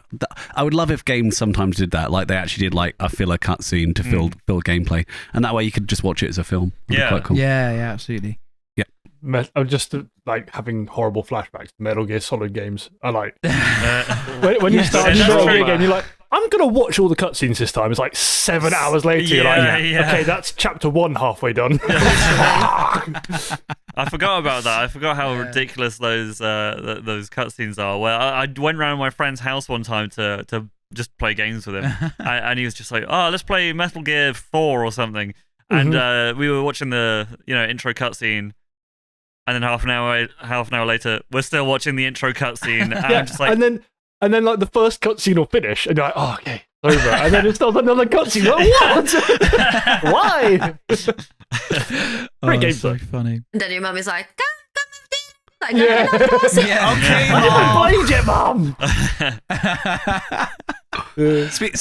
Speaking of, like, we've been talking this whole time about games that would make really great shows. If you guys didn't know, Netflix just brought out Devil May Cry. Yes, I have seen that. As a Netflix show. And if you haven't seen it, it is really, really good. Like, people keep telling me to watch Arcane as well. Sorry. No, why would you bring that up with Nick? No. Well, the reason, I have like nerded out to Seb about this. Like, I never played League of Legends. I don't care about the game. I like that. I know. Keep it that way. Yeah. I know that the fan base has like a especially kind of Rick and Morty vibe fan base when they're just a little bit cancerous. So worse. I get that. So is salty. Arcane based on League of Legends, or what? Am I missing something? Because I've not played League of Legends. Arcane is based on the League of Legends characters. Arcane League of Legends. All I can say is, I don't care about League of Legends, but Arcane is... It's really good. I'm going to watch it. Kat's got a real stick-up about it because of the community. Which is funny, because my favourite cosplay for me to do is the exact same character with my name, Katarina, exact same hair color. I have the props. It's very good. And I still... the people in that community can all die of cancer, honestly. I'm guessing you've had some experience with the people of this community. Yeah, I used to play when I was 14. Right, yeah, okay. And they are so mean. Okay. What? I'm going to say there are horrible people in the world, but that is no reason to deprive you of some fucking insane media. Watch Arcane. It is so good. I mean, like, me and Sarah, like, I never wanted to play League of Legends because my friend Jake showed me, and, there were so many toxic people just in the chat, and I was like, no, I'm not playing this game. But then I didn't know Arcane was League of Legends. And then when Sarah said, oh, it's League of Legends, I was like, oh, and then she had it on, and I was like, okay, maybe I'll watch it. No, I'm not going to. And then like, this literally, me next to my computer playing Star Trek Online, you sort of slowly saw me like stand up and slowly move round to the sofa, then sit in front of the sofa, and then finish the entire show. Like, is this what I need to do with Kat then? Because I want to watch it. Just put it on. So good. Yeah. And I mean, even watch it if Kat doesn't want to watch it. Thank you. I will, but I know that she'll end up coming to join me. She'll be like, oh, what's this?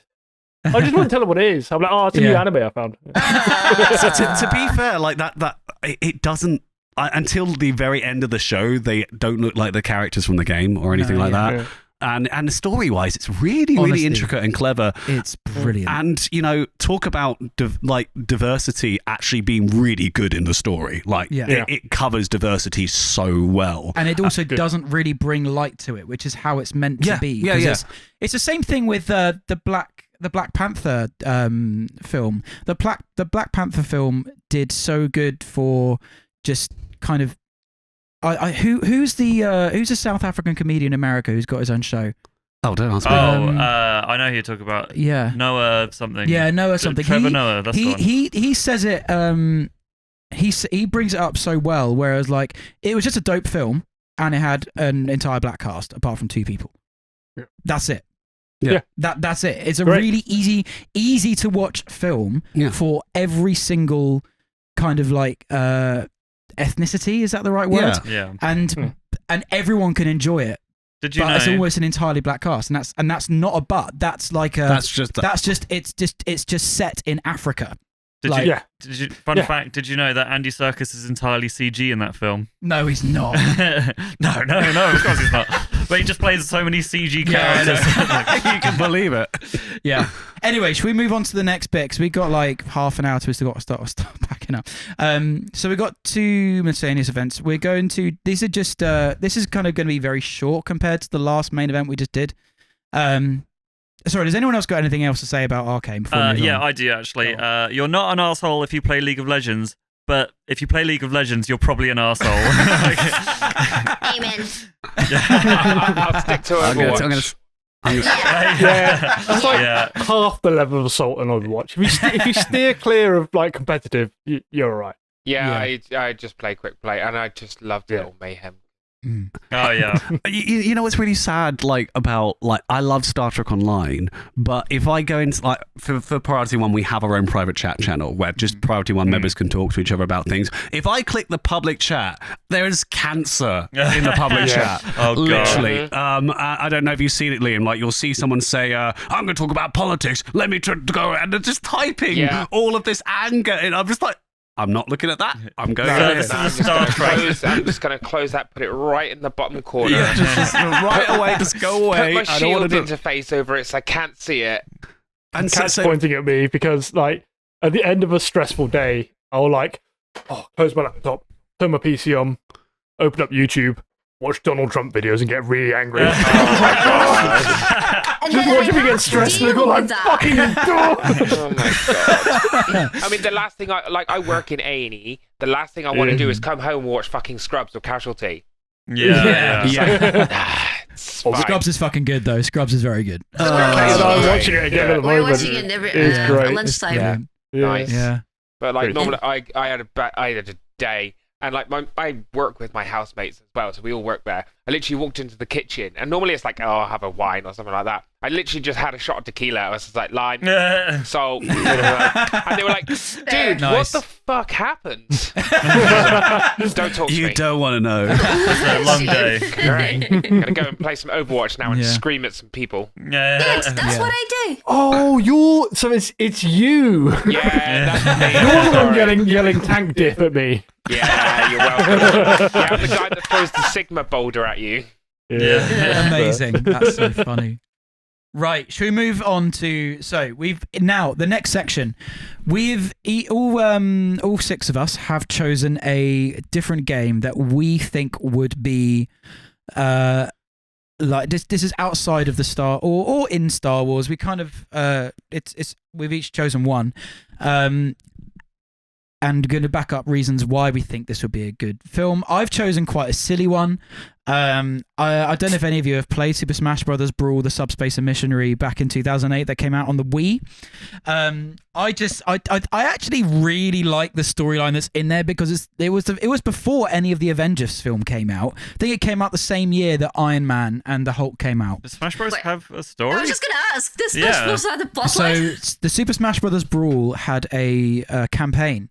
Similar to how the Star Wars Battlefront game works, where the main kind of vibe of it is the multiplayer side and also playing with other people, but you also have the subspace missionary, which is the campaign, which is the storyline, and it's so weird because it's the first time you've seen characters like Link and Zelda be in the same game as like Yoshi and Mario, and Kirby and Fox, Wolf, and Falcon. Like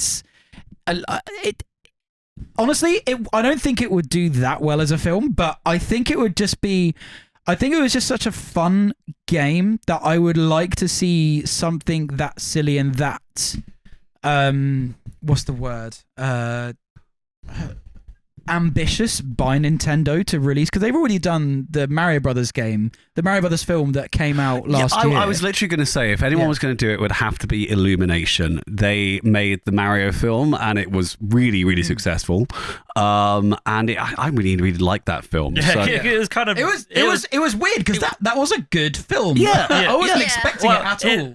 I would say when I watched it, I didn't watch it in ideal conditions. I literally watched it on a ferry going from. I think the UK to as well. like France or something. Oh yeah, wait, did we watch it together? I don't know, it might have done. But basically, I went in with zero expectations, and I came out with those expectations met. I was like, it's the most neutral I felt about a film ever of all time. I was like, that wasn't a waste of my time, but I don't think I enjoyed my time either. Like, I just lost an hour and a bit. On that subject, Kat and I watched the Minecraft movie yesterday. No. I fell asleep. no, don't spoil it, please. I don't want to see it. I fell asleep.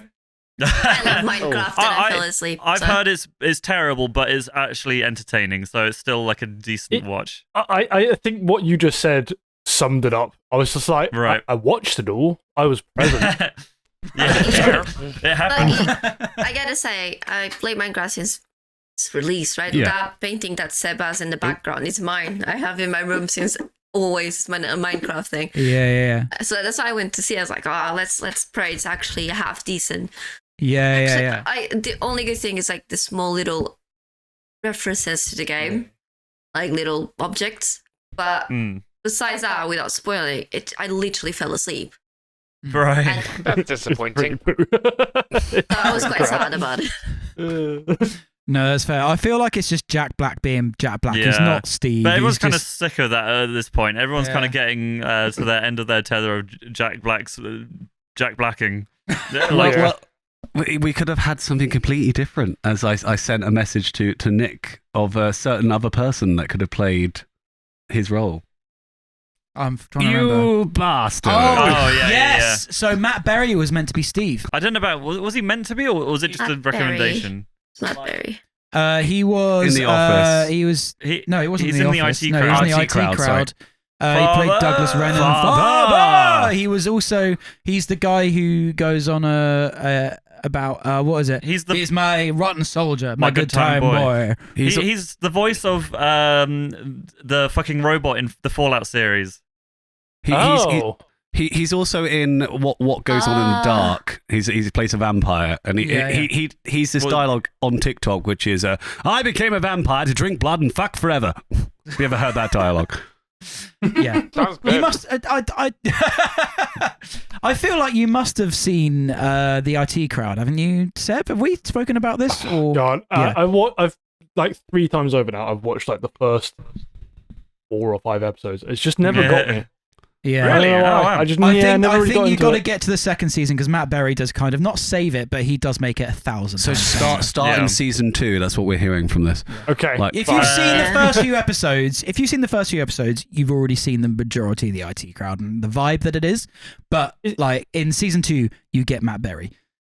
It's funny because I really like I'm blanking on his name. Richard Ayoade.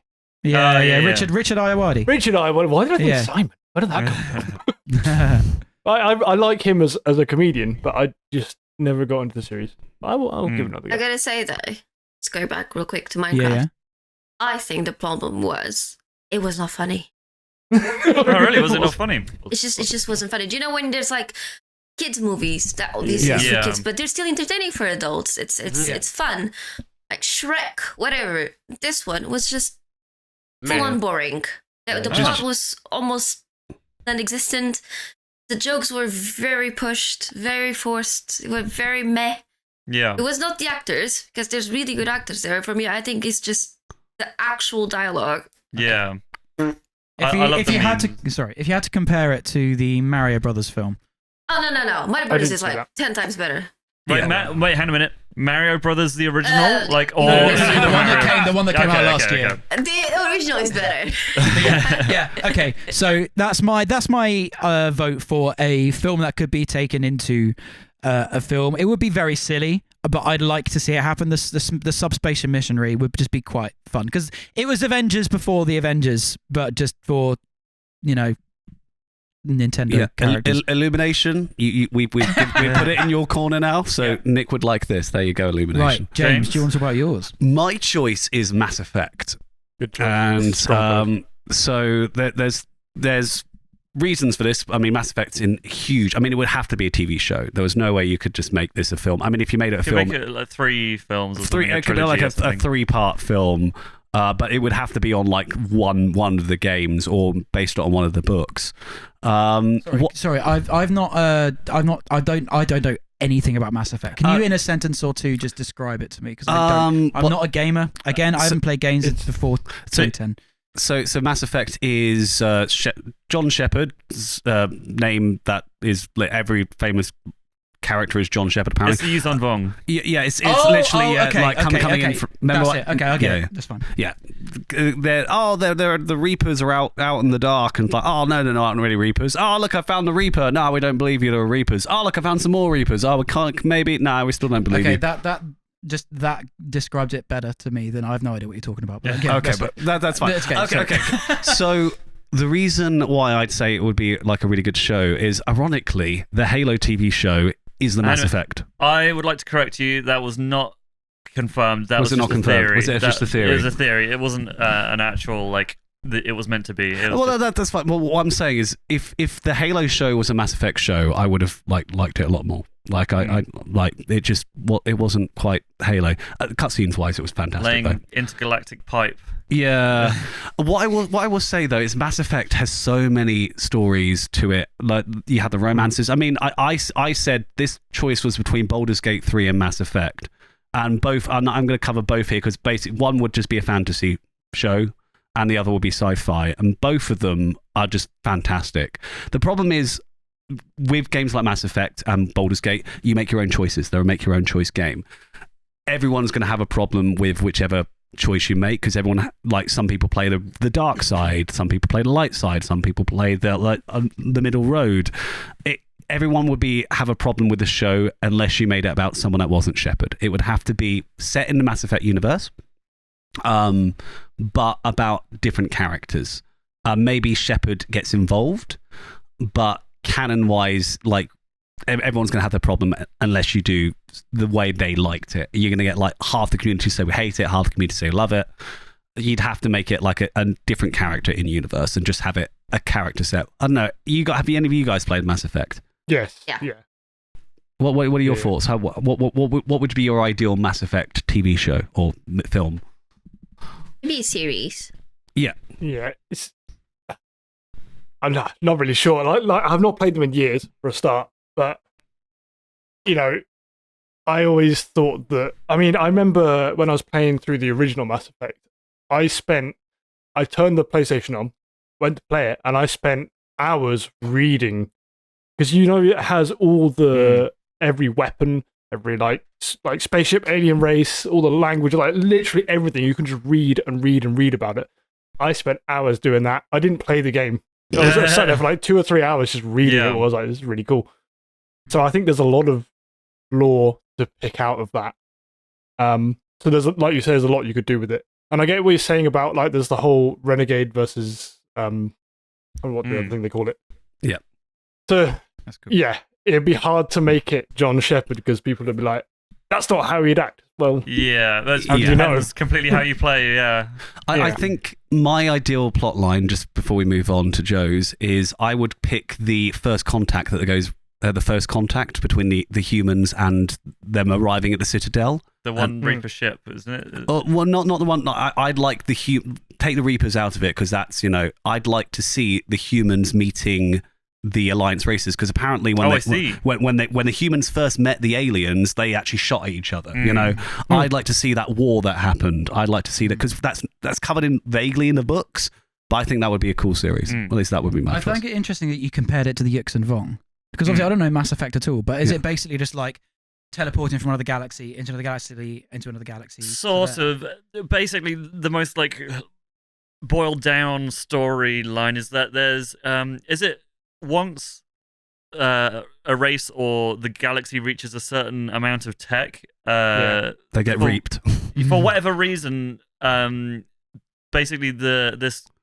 I don't know if they're robots or like a race. They are AI. They come from outside the galaxy and then just set the whole galaxy back to square one. Assimilate them. Oh, right, okay. I don't remember what the reason for it is. It's because eventually the humans will destroy all AI, or the sentient life will destroy all AI and stuff. And the AI are like, no, we're peak. Yeah, you know, destroy us. And you can choose 3 endings. You can choose destroy, where you destroy them all. Choose assimilate, which is where you get assimilated by them and you take control of them, which is called control. And then there is merge, where you basically say all AI and sentient life joins together, and that's like the happy ending, and everyone's like, oh, okay, this is nice. Okay, Liam, do you know do you know about the Yuuzhan Vong from Star Wars? No idea. I'm sorry. Okay, that's all right. I think that was a storyline that was in place of the sequels in terms of like a few novels. I think it was made in either 90s or the 2000s. I really strongly recommend those books because oh my god, that's for me. That's the reason why I don't like the sequels, because they had such a good alternative storyline to use that actually not only it kind of makes you feel for the Emperor a little bit. Like it kind of makes it feel like, oh, he had a reason to do all the shit that he did. And now he's just, well, he's kind of still the devil, but like it's, I would read the Yuuzhan Vong novels. I can't remember what the novels are called, but I'm going to hijack you just for time reasons. Yeah. My choice is Metro 2033. If anyone's played this, we don't have to talk about it too long. But basically, has anyone else played it? No, I haven't. It's a good book as well. It is a good book. I would definitely recommend.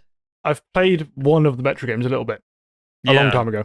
But yeah, I know it. Cool. Long story short, it's one of those things where there is, it's obviously a story that is told throughout the game, but the world is so rich that there's many stories that you could tell within that setting. However, it's kind of ironic that the setting is so confined because, as the name suggests, Metro, it's set within train stations.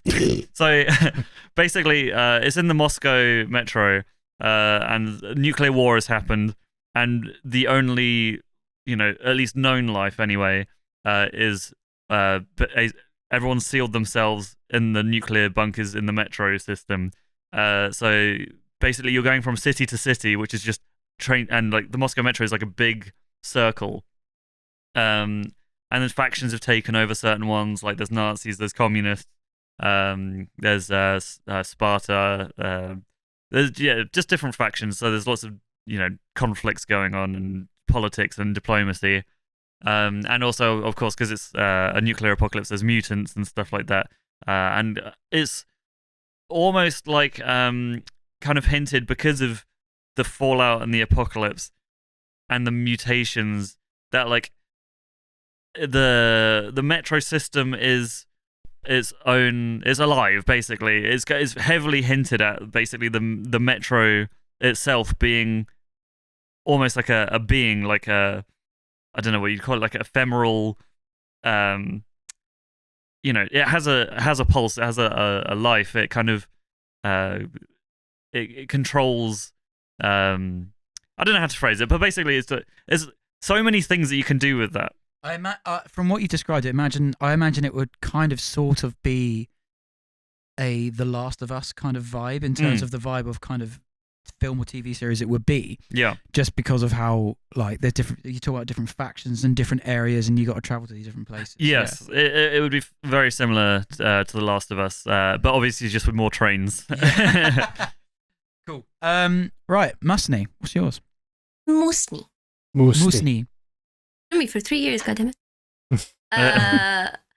For me, it would be Dead Space. That's a great choice, by the way. I love horror movies, especially if it's sci-fi. And that's why I love Dead Space as a game. I was building the game. Have you seen Event Horizon? If you Horizon? played Nick, but it's really good. No. Sorry, what? Have you ever seen Event Horizon? Oh, yeah. It's Dead Space. I love it. I tried to show it to Seb. He was like, It didn't age well. It's very dated now. It's amazing. Yeah. But yeah, eventually, Nick, I don't know if you've played Dead Space, but essentially, No. have you not? No, I haven't. No. Cool. So essentially, if I remember correctly, this is way in the future. There's like spaceships that are trying to collect like minerals and things from previous planets that, you know, in the past stuff. And there's a virus that they encounter in a little thing. I'm not explaining well, and it essentially that ship gets contaminated. Yeah. And you have to fight monsters. So it's very similar to Doom, but way better. Yeah. And more like you can make your own like shields and craft your own things, and it's quite interesting. A very good plot as well. Yeah. And the graphics for the time were mwah. Yeah, Dead Space. Yeah, absolutely. I just have a very funny anecdote, very briefly. Is there was one time when we were living together. I had the lights off. I was like in our little, me and Ben's computer room. Had my headphones on, and I was playing Dead Space, like Dead Space 1, because that's like the most horror-based one out of the three. And I was super immersed. I was like shitting myself. I don't deal with horror well. And then suddenly Nick walks in, or it's either Nick or Ben just walks in, and it's just like, "Oh, hey, Joe," and I'm just like, "Oh my god!" That's something you would do. To be fair, the amount of times I've walked into the office with just cat energy. not cat as in you cat, but I mean literally a cat energy, and just I don't know. I've only got my underpants. I've only got my underpants on. I knock something over in the table and walk out again. I've just done shit like that when we were living together. Why did you put up with me? It was tough. It was a long year and a half. I mean, I feel like you are so right. Dead Space would be such a good movie. It would be just like a typical sci-fi horror movie, and I would love it. Yeah. Right. I don't know why I asked Seb this question, because I feel like I could have put this down in it, because I know you so well. I was like, of course it's interesting, right? I've written this down, and I'm not sure, because I actually think this would work better as a video game than it could ever work as any other kind of adaptation, right? But I'd like to see it anyway, just because I love. Is it? What is it? Oh, Dark Souls. Are you not aware of Dark Souls? No. I'm saying no. We've not said the word. We've not said it yet. Yeah, it's Dark Souls. So Seb has chosen Dark. Oh, right. I'm sorry. Okay. Dark Souls, right? People obviously hail it as being like, this big scary game that's impossible and it's so hard. Like, cool, that's part of it, but especially the original one, like the world, the universe that it's set in, and the lore is like, it's like all encompassing. It's like everything you see or pick up or any character you interact with is all interwoven into this like overarching plot line. And it's so like, there's a YouTuber called Vati Video, right, who literally makes these fucking hour-long videos about like the minutest details, because it's all it's all kind of like hinted and vague, right? Yeah. But I think the developer, like what's his name, Miyazaki? Is that? Was that someone else? Maybe. I can't remember. Anyway, they actually, when they released the original Dark Souls, they were offering like a prize for the people that can like figure out the entire plot of Dark Souls. But it's all in there. Yeah. You can piece it all together. So there's so much that you could play with in terms of plot. And I just love the premise of like hollowing. So basically, the premise is that you're undead, right? And you're in the world of Lordran, right? And you're trying to like, I can't remember exactly. Is it initially you're not undead, is it? But you die the first time, and then yes. So basically, every other enemy and every other NPC that you interact with is in the same cycle as you, where you're trying to fight your way through Lordran, and every time you die, you keep being reincarnated. You keep coming back as an undead, and it slowly turns you hollow. So a lot of the early enemies you fight are just other people that have died so many times they've just lost their mind, and they're just fighting you, and they don't know what the fuck they're doing. And it's like fighting that, like, it's just grim. It's cool. It's grim in a cool way. I just really like that. So that's why the no deaths run is like the peak. Like if you can get a no deaths run, you basically don't lose any parts of your soul. I mean, that's quite cool. I like that. Yeah. It sounds to me, because you've spoken about like extended lore, but in like a sort of like a dark fantasy kind of afterlife thing that isn't quite the afterlife. Is that what it is? Kind of purgatory. Yeah. I mean, like so the really cool thing is like there's like a hub world called Firelink Shrine, right? And at first there's like one person there who's basically lost his mind. He's the only person you interact with, and then slowly throughout the game you meet 1, 2, maybe 3 other people. And Firelink Shrine is the only place where other than giant boss fights where there's horrible dramatic music, it's the only place that has music playing. And it becomes this like, you get back to Firelink Shrine, there's actually other real humans there. You're like, oh, thank God. It just did that so well. Like, that's cool. You feel safe finally when you're back there. Cool. That's cool. Sorry, I'm nerding out. No, that's my turn. What do you think they've been doing for the past 2.5 hours, bro? another like completely another unrelated note, but like the trailer for Dark Souls 2. There's a trailer that released when it was coming out with the Pixies, Where Is My Mind over it, and like I think that trailer is what got me to like really appreciate the Dark Souls whole series, and 2 it really got me to appreciate like the Pixies. I like the Pixies, like the Pixies. At least that's that song anyway. But yeah, that trailer, I would, if you can find it, like, oh, what a vibe! It's such a like depressingly like aesthetic vibe. I love it. It's so, that's what I love about the game. It's so like I mean, you summed it up there. It's got such a good vibe to it. Yeah. It sounds like from all the extended lore that it sort of does for you what Tolkien does for me, with all like every little thing has a completely different backstory and its own history. And I love it when creators do that, and that's one of the reasons why I think actually Star Wars is very good, because it does do that as well. I think I was just going to say the thing that they did well with the game is that they don't tell you the plot. Everything is only ever like in an item description or the way a character is presented, and it all pieces together. It's cool. That is very cool. It's very like Destiny 2. Like, you know, Destiny in general, like you just don't know anything. You wake up with no memories and you just have to piece what happened together. Cool. Yeah, essentially, yeah. Liam. Yes. We've kind of already spoken about this game. Do you want to tell us why you chose this one? We've kind of already spoken a little bit about it. The Old Republic, the online one, I just think you could, because there's so many different kind of what's the right wording for it? Yeah, like different story arcs. It was obviously have like the Consular storyline, the Knight storyline, the Inquisitor, the Juggernaut, the Commando, the Smuggler, the Bounty Hunter, and the Imperial Agent. I think it's like 6 or 8 different ones for, you know. I just think there would be like really good either films or even just a series, and you could just do like a series of 8 episodes, like hour-long episodes of each one, like, you know, or whatever. Them and their storylines. I'm assuming we've all played it if we're all Star Wars fans. I've played it briefly. I played it more back when I was getting out of gaming for a little bit. Shame on you. I haven't really played it since. So I've not played all the storylines that have been released, but I played enough of it to know the vibe of it. I keep going back to it.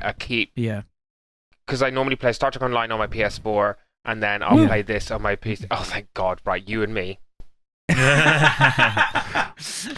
Well, I don't have it on PS4. I have it on PC and Xbox. So, like the one you don't have. Is it cross-platform? I mean, I have it on PC. No, it's not, and it really freaking should. That's frustrating. Anyway, it's frustrating. The Old Republic, the online one, would just be.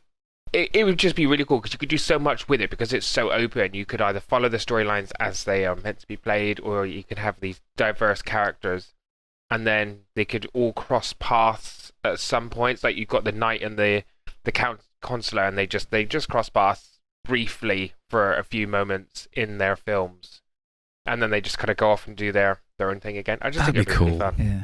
Or do it like how they did in The Witcher. Star Wars and the Jedi. And they're like when they're like really, really powerful, not the watered down version that they are in the Clone Wars.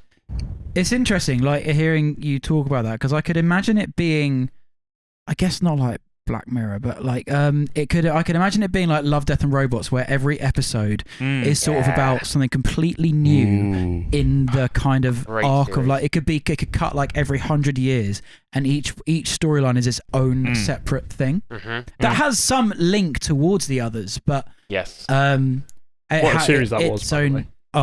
Yeah, Love, Death and Robots is good. Right. Yeah. But it cuts to its own like it has like an hour long story. It cuts to its own every separate thing every episode basically. I think that'd be really cool. Yeah. To do with the Old Republic. I was thinking something along similar lines. I don't remember what the TV show is called, but I think it's on Netflix, where every episode is like the same situation from a different character's point of view, and then it changes your perception of what the truth is depending on which episode, because depending again on like whatever profile, if you change profiles, the order of the episodes change. So it actually kind of manipulates the story, because you're seeing it from one character's point of view, then you're seeing the situation from another character's point of view, and you could do the whole thing like that, where again, I'm not too familiar. It's like Smuggler, Jedi, Sith, whatever. Have it something like that where it's all one situation, and then maybe like the last episode would be something to like wrap it all together to like show the objective truth of a scenario or something. That'd be cool. Before we get on to the next session, we just like to talk, Willie, about our guests and what they are doing. Hi. Hello, Seb, aka Blue Spores. Do you want to talk to us about what you do, why you do it, and why people should follow you if you want? Sure. To. I'm Seb, or Blue Spores. I have a Twitch channel where I primarily play roguelike games. I play all sorts of things, really. I do play occasionally some Overwatch, sometimes some driving simulators, which is kind of completely I've seen your setup. It looks really cool. Well, BeamNG. Yeah, with the steering wheel. You bought that from my friend, didn't you? And we were living together. Is that right? Yes, that's right. Yeah, I did get that from your roommate. Yeah, amazing. But no, I mainly play. Two of the games are in my list of 5 favorite games. There's things like Slay the Spire, which is a roguelike deck building card game, and Noita, which is just insane. I'll talk a bit more about that later. But I'll talk about it later. Just do some gaming, do some chilling. Yeah. What days do you stream on Twitch? Watch. I stream Tuesdays, Thursdays, and Sundays. Do you have a particular time? Sort of. Yeah. Yeah, so usually 6 p.m. on Tuesdays and Thursdays, and then Sundays usually between sort of 12 and 4. Not today, obviously. No. Because I'm here. Hey. Mussny, what do you do? What to do? Many things. Twitch stream. I stream whenever I feel like. Okay. There's a big chance that I don't stream for like 3 weeks or a month. And then there's a big chance that in a week I'll stream every day, which hasn't happened yet this year. It's whenever you feel like, because I don't want to make people stare at me when I'm grumpy, I'm sure you still got about 30 odd weeks left to at least do that. Yeah. Like stream every day, once a week, once a day every week. Has James just left us? Yeah, he's gone. He's out. Sorry. Carry on. I stream from horror games to cozy games like Stardew to Overwatch, salty games, because I don't mind. So either or, anything except for racing, because I'm bullshit at racing. Right. Yeah, I can't race either. I've made Cat use the wheel before. It didn't end too well. It's very funny when we were playing Battlefront, because I'm really good at the space missions. And I'm not great, and I'm all right, but I'm not as good as James at the like the ground, the skirmishes and the soldier work. But you're amazing at it, because you've played so much Halo. You're always on top of both of us. But then as soon as you get into space, you're like, I've got no idea what I'm doing, and I'm just shooting you with the worst ship in the game, while you've got like the fastest ship in the game, and I'm still like dead, just shooting you without looking. Because the problem was whenever we played pilot games as a kid, like I said, we had joysticks. Yeah. So I'm like, what? Anyway, moving on. A bad workman blames his tools. Exactly. No. Liam, who are you and why should we care? Ouch. Well, way to phrase it. I don't. Well, I'm Liam, obviously. I mostly cosplay. I tried doing the streaming thing a while ago, but I was just like, what the hell am I doing? I don't know. Why am I just doing this game? And I'm just there screaming down the mic, like, what is going on? And then people are sending me messages, and I'm like, oh, you guys have been talking to me this whole time, and I'm really sorry I've been ignoring you because I got too into the game. I have started trying to do a cooking show on Instagram called Cooking with Kanan. I did film a few episodes. That is so good. Okay, I want to watch that. Unfortunately, Instagram has said that you cannot upload clips that are this long, so I'm gonna have to like redo everything and either like fast time lapse it, and then do a voiceover for it, or just try and compress everything down. Because I tried doing one and I had like my milky white contacts in as well. Trying to bake a cake when you're 80% blind, really freaking difficult. So hats off to anyone that can work in the kitchen and is blind. Because I could not do it. I did it manage, and the cake was great. So I'm trying to do that a little bit more when I get the chance. Still working on cosplay, so I cosplay a lot, and I teach lightsaber combat with the Saber Guild. No way! Teach, That's like, insane. So we do like lightsaber performances and stuff like that. So we're at Comic-Cons doing things like that, which is really good. And I'm gonna start LARP as well this year. Wicked! Which is gonna be great fun. That's cool. Just shout out your Instagram. We'll put it on the screen as well, but just like shout out, what you're. Yeah, all three of you do that in a sec. Liam, off you go. I'm Kanan Jarrus Spectre 1. There we go. And Seb, what's your Twitch name? At Blue Spores. Not there we go. I don't know why I said at. Don't at me. And Kat? Mussny. Mussny. There we go. On Instagram is CaptainC8 with a K. Amazing. Right, James, you want to lead us into this final section? We're going to try and be as brief with this as possible, but yeah, let's do this. Okay. So these are our top 5 video games of all time and why. In previous podcast, we have gone through our favourite just 3 with just the 3 of us. It ended being very brief due to restraints of the time on the day. We're restrained once more. But we'll dive deeper into it, but probably not. But if you want to see that, you can head over to our YouTube. It's one of the videos below. We're going to add a card right here in the video. Somewhere in the space, there will be a card. Stop giving me more work. I don't want this. So if you would like to watch that, it is in our history of the Star Wars galaxy, and it is an hour and 45 seconds. No, you don't need to read that bit. That's a note for James later. Okay. I'm going to actually just skip past us and then go straight to our guests. Yeah, that sounds fair. So Liam, would you mind going first? Oh, balls. I mean, yeah, sure. I can't remember what I put down now, actually, to be fair. I can read them out to you if you want. No, I got it. It's fine. So, yeah, I put, obviously, Force Unleashed 1 and 2, and Baldur's Gate I'm really liking. Yes. Number 3 is obviously Overwatch, because it's just happy to like pick up and kind of just throw on after. Number 4 is actually Marvel Ultimate Alliance. They were really good fun. You can have like different teams of different Marvel heroes from across the franchises. So I was always but you can combine the powers. You can have like Storm and Thor combining their powers. That's that's a bit older. And Thor. Right? This game's a bit older. Yeah, it's like PS2, Xbox 360 kind of era. That's cool. But yeah, really, really good fun. And then the last one was actually a game called Spellbreak. I've never heard of that. Yeah, I seem to remember this. Did it come out about 5 years ago? Yeah, and it stopped after about 2 years or something. You had like different elemental gauntlets, and you could like kind of combine the elements. You had like, I was always like an earth and winds guy. So like you had like the rapid fire of winds, and like if you shoot your air gauntlet down on the floor, it raises you up in the air. That's cool. Yeah, and they shut the service down, and it was the artwork was stunning. The artwork was really, it's kind of Genshin Impact-y kind of vibes meets Breath of the Wild, so like that kind of art style. But then it was like Battle Royale, a bit like Apex Legends and Steams. Yeah, Breath of the Wild is great too. Is this in any particular order, or is this just kind of like... I did technically go in order, but now I'm thinking about Spellbreak, and I'm like, oh my god, I miss it so much. Maybe it should be higher up. It was just a beautiful game. and I kind of want to cosplay that one too. I get a lot of my cosplay inspiration from games instead of films these days, so... Bit of a Star Wars reference. Do it. Yeah. I kind of want to. Yeah, I kind of want to. Yeah. But that's my 5, really. So I rambled through that really quickly. No worries.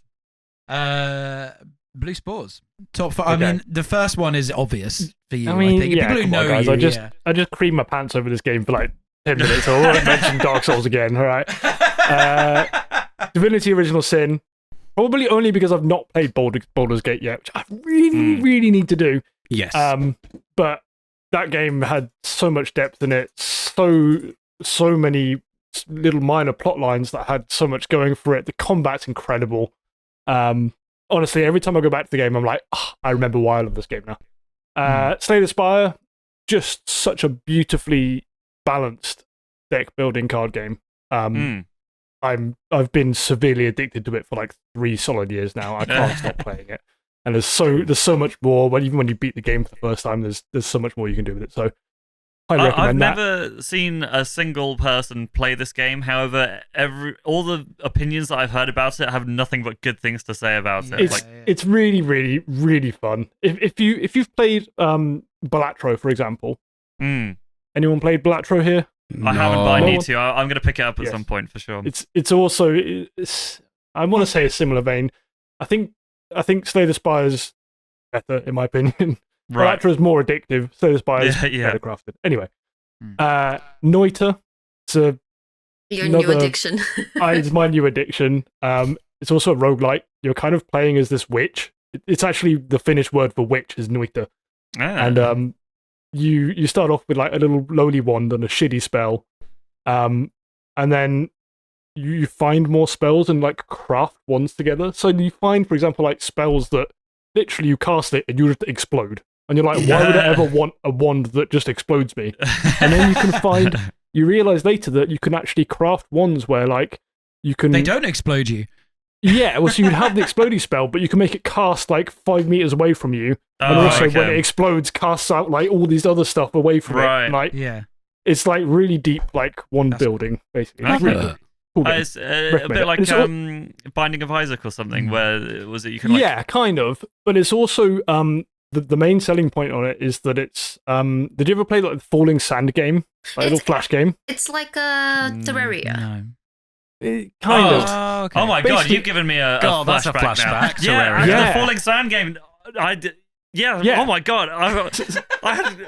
You just unlocked a memory right there. The whole world is basically like that. It's like randomly generated, but like if you start a fire, it will spread across all like the wood, and there's all different liquids. There's like liquids that transform you into a sheep, but you can mix it with like other things that will change it into a different liquid. It's so deep. This sounds like a modern game with the wackiness of Ratchet and Clank. Yeah. Basically, every pixel in it is an element. Every single pixel is its own element, and they interact with each other. Pretty cool. That's cool. And then Overwatch, because Overwatch is sick. Yeah, of course. Yeah. Mussny, anyway, we've got 2 minutes to kind of get through as many of yours as possible. I'm sorry. So, first, my favorite game, Persona 3 Portable from the PlayStation Woo! And specifically the female main character. Because let me tell you, there's not a fucking single female character in that game that you can play. There's the Persona 1, there isn't Persona 2, there isn't Persona 3, there isn't only the portable version. Persona 4, Persona 5, you're always a bloke in adolescence. You're never a female. So that was quite annoying. Only that specific one had dialogue made for a female. Oh, right.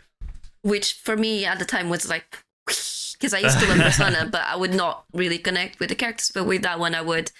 So that's why I have like a tattoo of it and everything. I love it. Stardew Valley, it's essentially my feel-good game. I've beat perfection too many times, more than I'm proud of. Have you played the Baldur's Gate 3 mod in Stardew Valley yet? There's a Baldur's Gate 3 mod? There's a Baldur's Gate 3 mod, so you can get all the Baldur's Gate characters in Stardew Valley. On Stardew Valley. I don't play with mods. Yeah, and you can actually get Astarion and all the characters at your farm. And Sarah wants to buy Stardew Valley just so she can marry Astarion and live on the farm. I have it on Steam, but also on my Switch. And I normally play it more on the Switch because it's portable. So there's no mods for the Switch. Then I've put Overwatch. But I gotta say, I'm gonna replace This it. game is with coming up a one- lot. Oh yeah, we love I know. Overwatch. It's a good game. It's fun. I've played it since the beta release. Not of a it. huge fan, but it's alright. I'm gonna change Overwatch with Breath of the Wild because Oh, good Okay. choice. ends out. Yeah. I love it, and I fully forgot, but I love it. It was amazing. It still is. Fourth, Silent Hill 3 for me it was my favorite. No, it's not that common. Normal people love like the first one because of the shitty dialogue Yeah. and so on. But the third one was my favorite. And then Final Fantasy X. Doesn't like Final Fantasy. I've not Playing played it. Titus I in have aquatic no. water. Which I one have is no that? stake in this one. Which The one one? with The one you have Blitzball in it, Blitzball and Titus. stuff. I don't know if I remember that one. I You know, Titus. do a Titus. I With the big can- laugh. honestly. Oh, yeah. Okay, no, Yeah, never that mind. one. Yeah. That's the one. Really, really good Yeah. game. A great plot as well. isn't Yeah, it? Yeah, that's cool. Yeah. I love that really game. good one. Amazing. And that's it. That's it. Cool. It is now 4:15. Yeah, Should we we need wap to up, or should we rally. just say what ours is? Let's briefly? let's just list it Just and then. list them. All right, sure. I'll go through. James, you want to go through yours? Yeah, I'm not going to detail it. I'm just going to go Halo, Mass Effect, Baldur's Gate 3, Minecraft, Star Trek Online, and I couldn't put Yu-Gi-Oh down, but Yu-Gi-Oh. So I'm going to go against the grain here. I'm going to start with number 5 and then work my way up like a normal person. So number 5, I was just thinking Far Cry 5. I did change it. I can't remember what it was before. I think it's Fallout, but I don't know. I just obviously Fallout is much deeper roleplay. Sorry, I need to stop. Actually, I'll just talk about it. Far Cry 5, Overwatch, Siege, Rainbow Six Siege, GTA 5, just GTA's any GTA really because like they're so good. Halo, all the Halo games, all of Halo them. games. Good choice. All of the Halo games. Go, Nick, Fair quickly. enough. Right. Okay. The Force Unleashed at number 5 is just it. We've already spoken about it. Mario Kart, specifically the Wii, just because it's iconic, and I've lost and gained so many friends with that game. It's just so mind-bogglingly annoying to play, and it's amazing. Super Smash Bros. Brawl. Again, it's silly. It's just most of the games here. Reason being, it's silly. Super Smash Bros. Brawl is just brilliant. It brought so many characters together, and I love it. Ratchet and Clank, specifically Ratchet and Clank 3. The reason I've put this is because it sums up Naughty's wacky gaming, just wacky gaming games. Whether it's what's it called? Who's the Naughty Dog one? Crash Bandicoot. Bandicoot. Crash Bandicoot. Yeah. Crash Bandicoot. It sums up that style of game absolutely Yeah. spot on perfectly. And I don't think any other game has done it as well as Ratchet and Clank did. And then Star Wars Battlefront 2, the 2005 classic, just because I think that's more nostalgia or anything, but it's just that is the best game. But with a special mention to Guitar Hero World Tour, because that is the game that got me into music, and it's just amazing. Anyway. Right. We've been at Stars for Star Wars. Thank you so much to our guests. We really appreciate you joining us. Thank you. Woo! We need to rally. You'll find us on Instagram. It starts with Star Wars. On Twitch, we stream every Wednesday. I had to think about that for a second.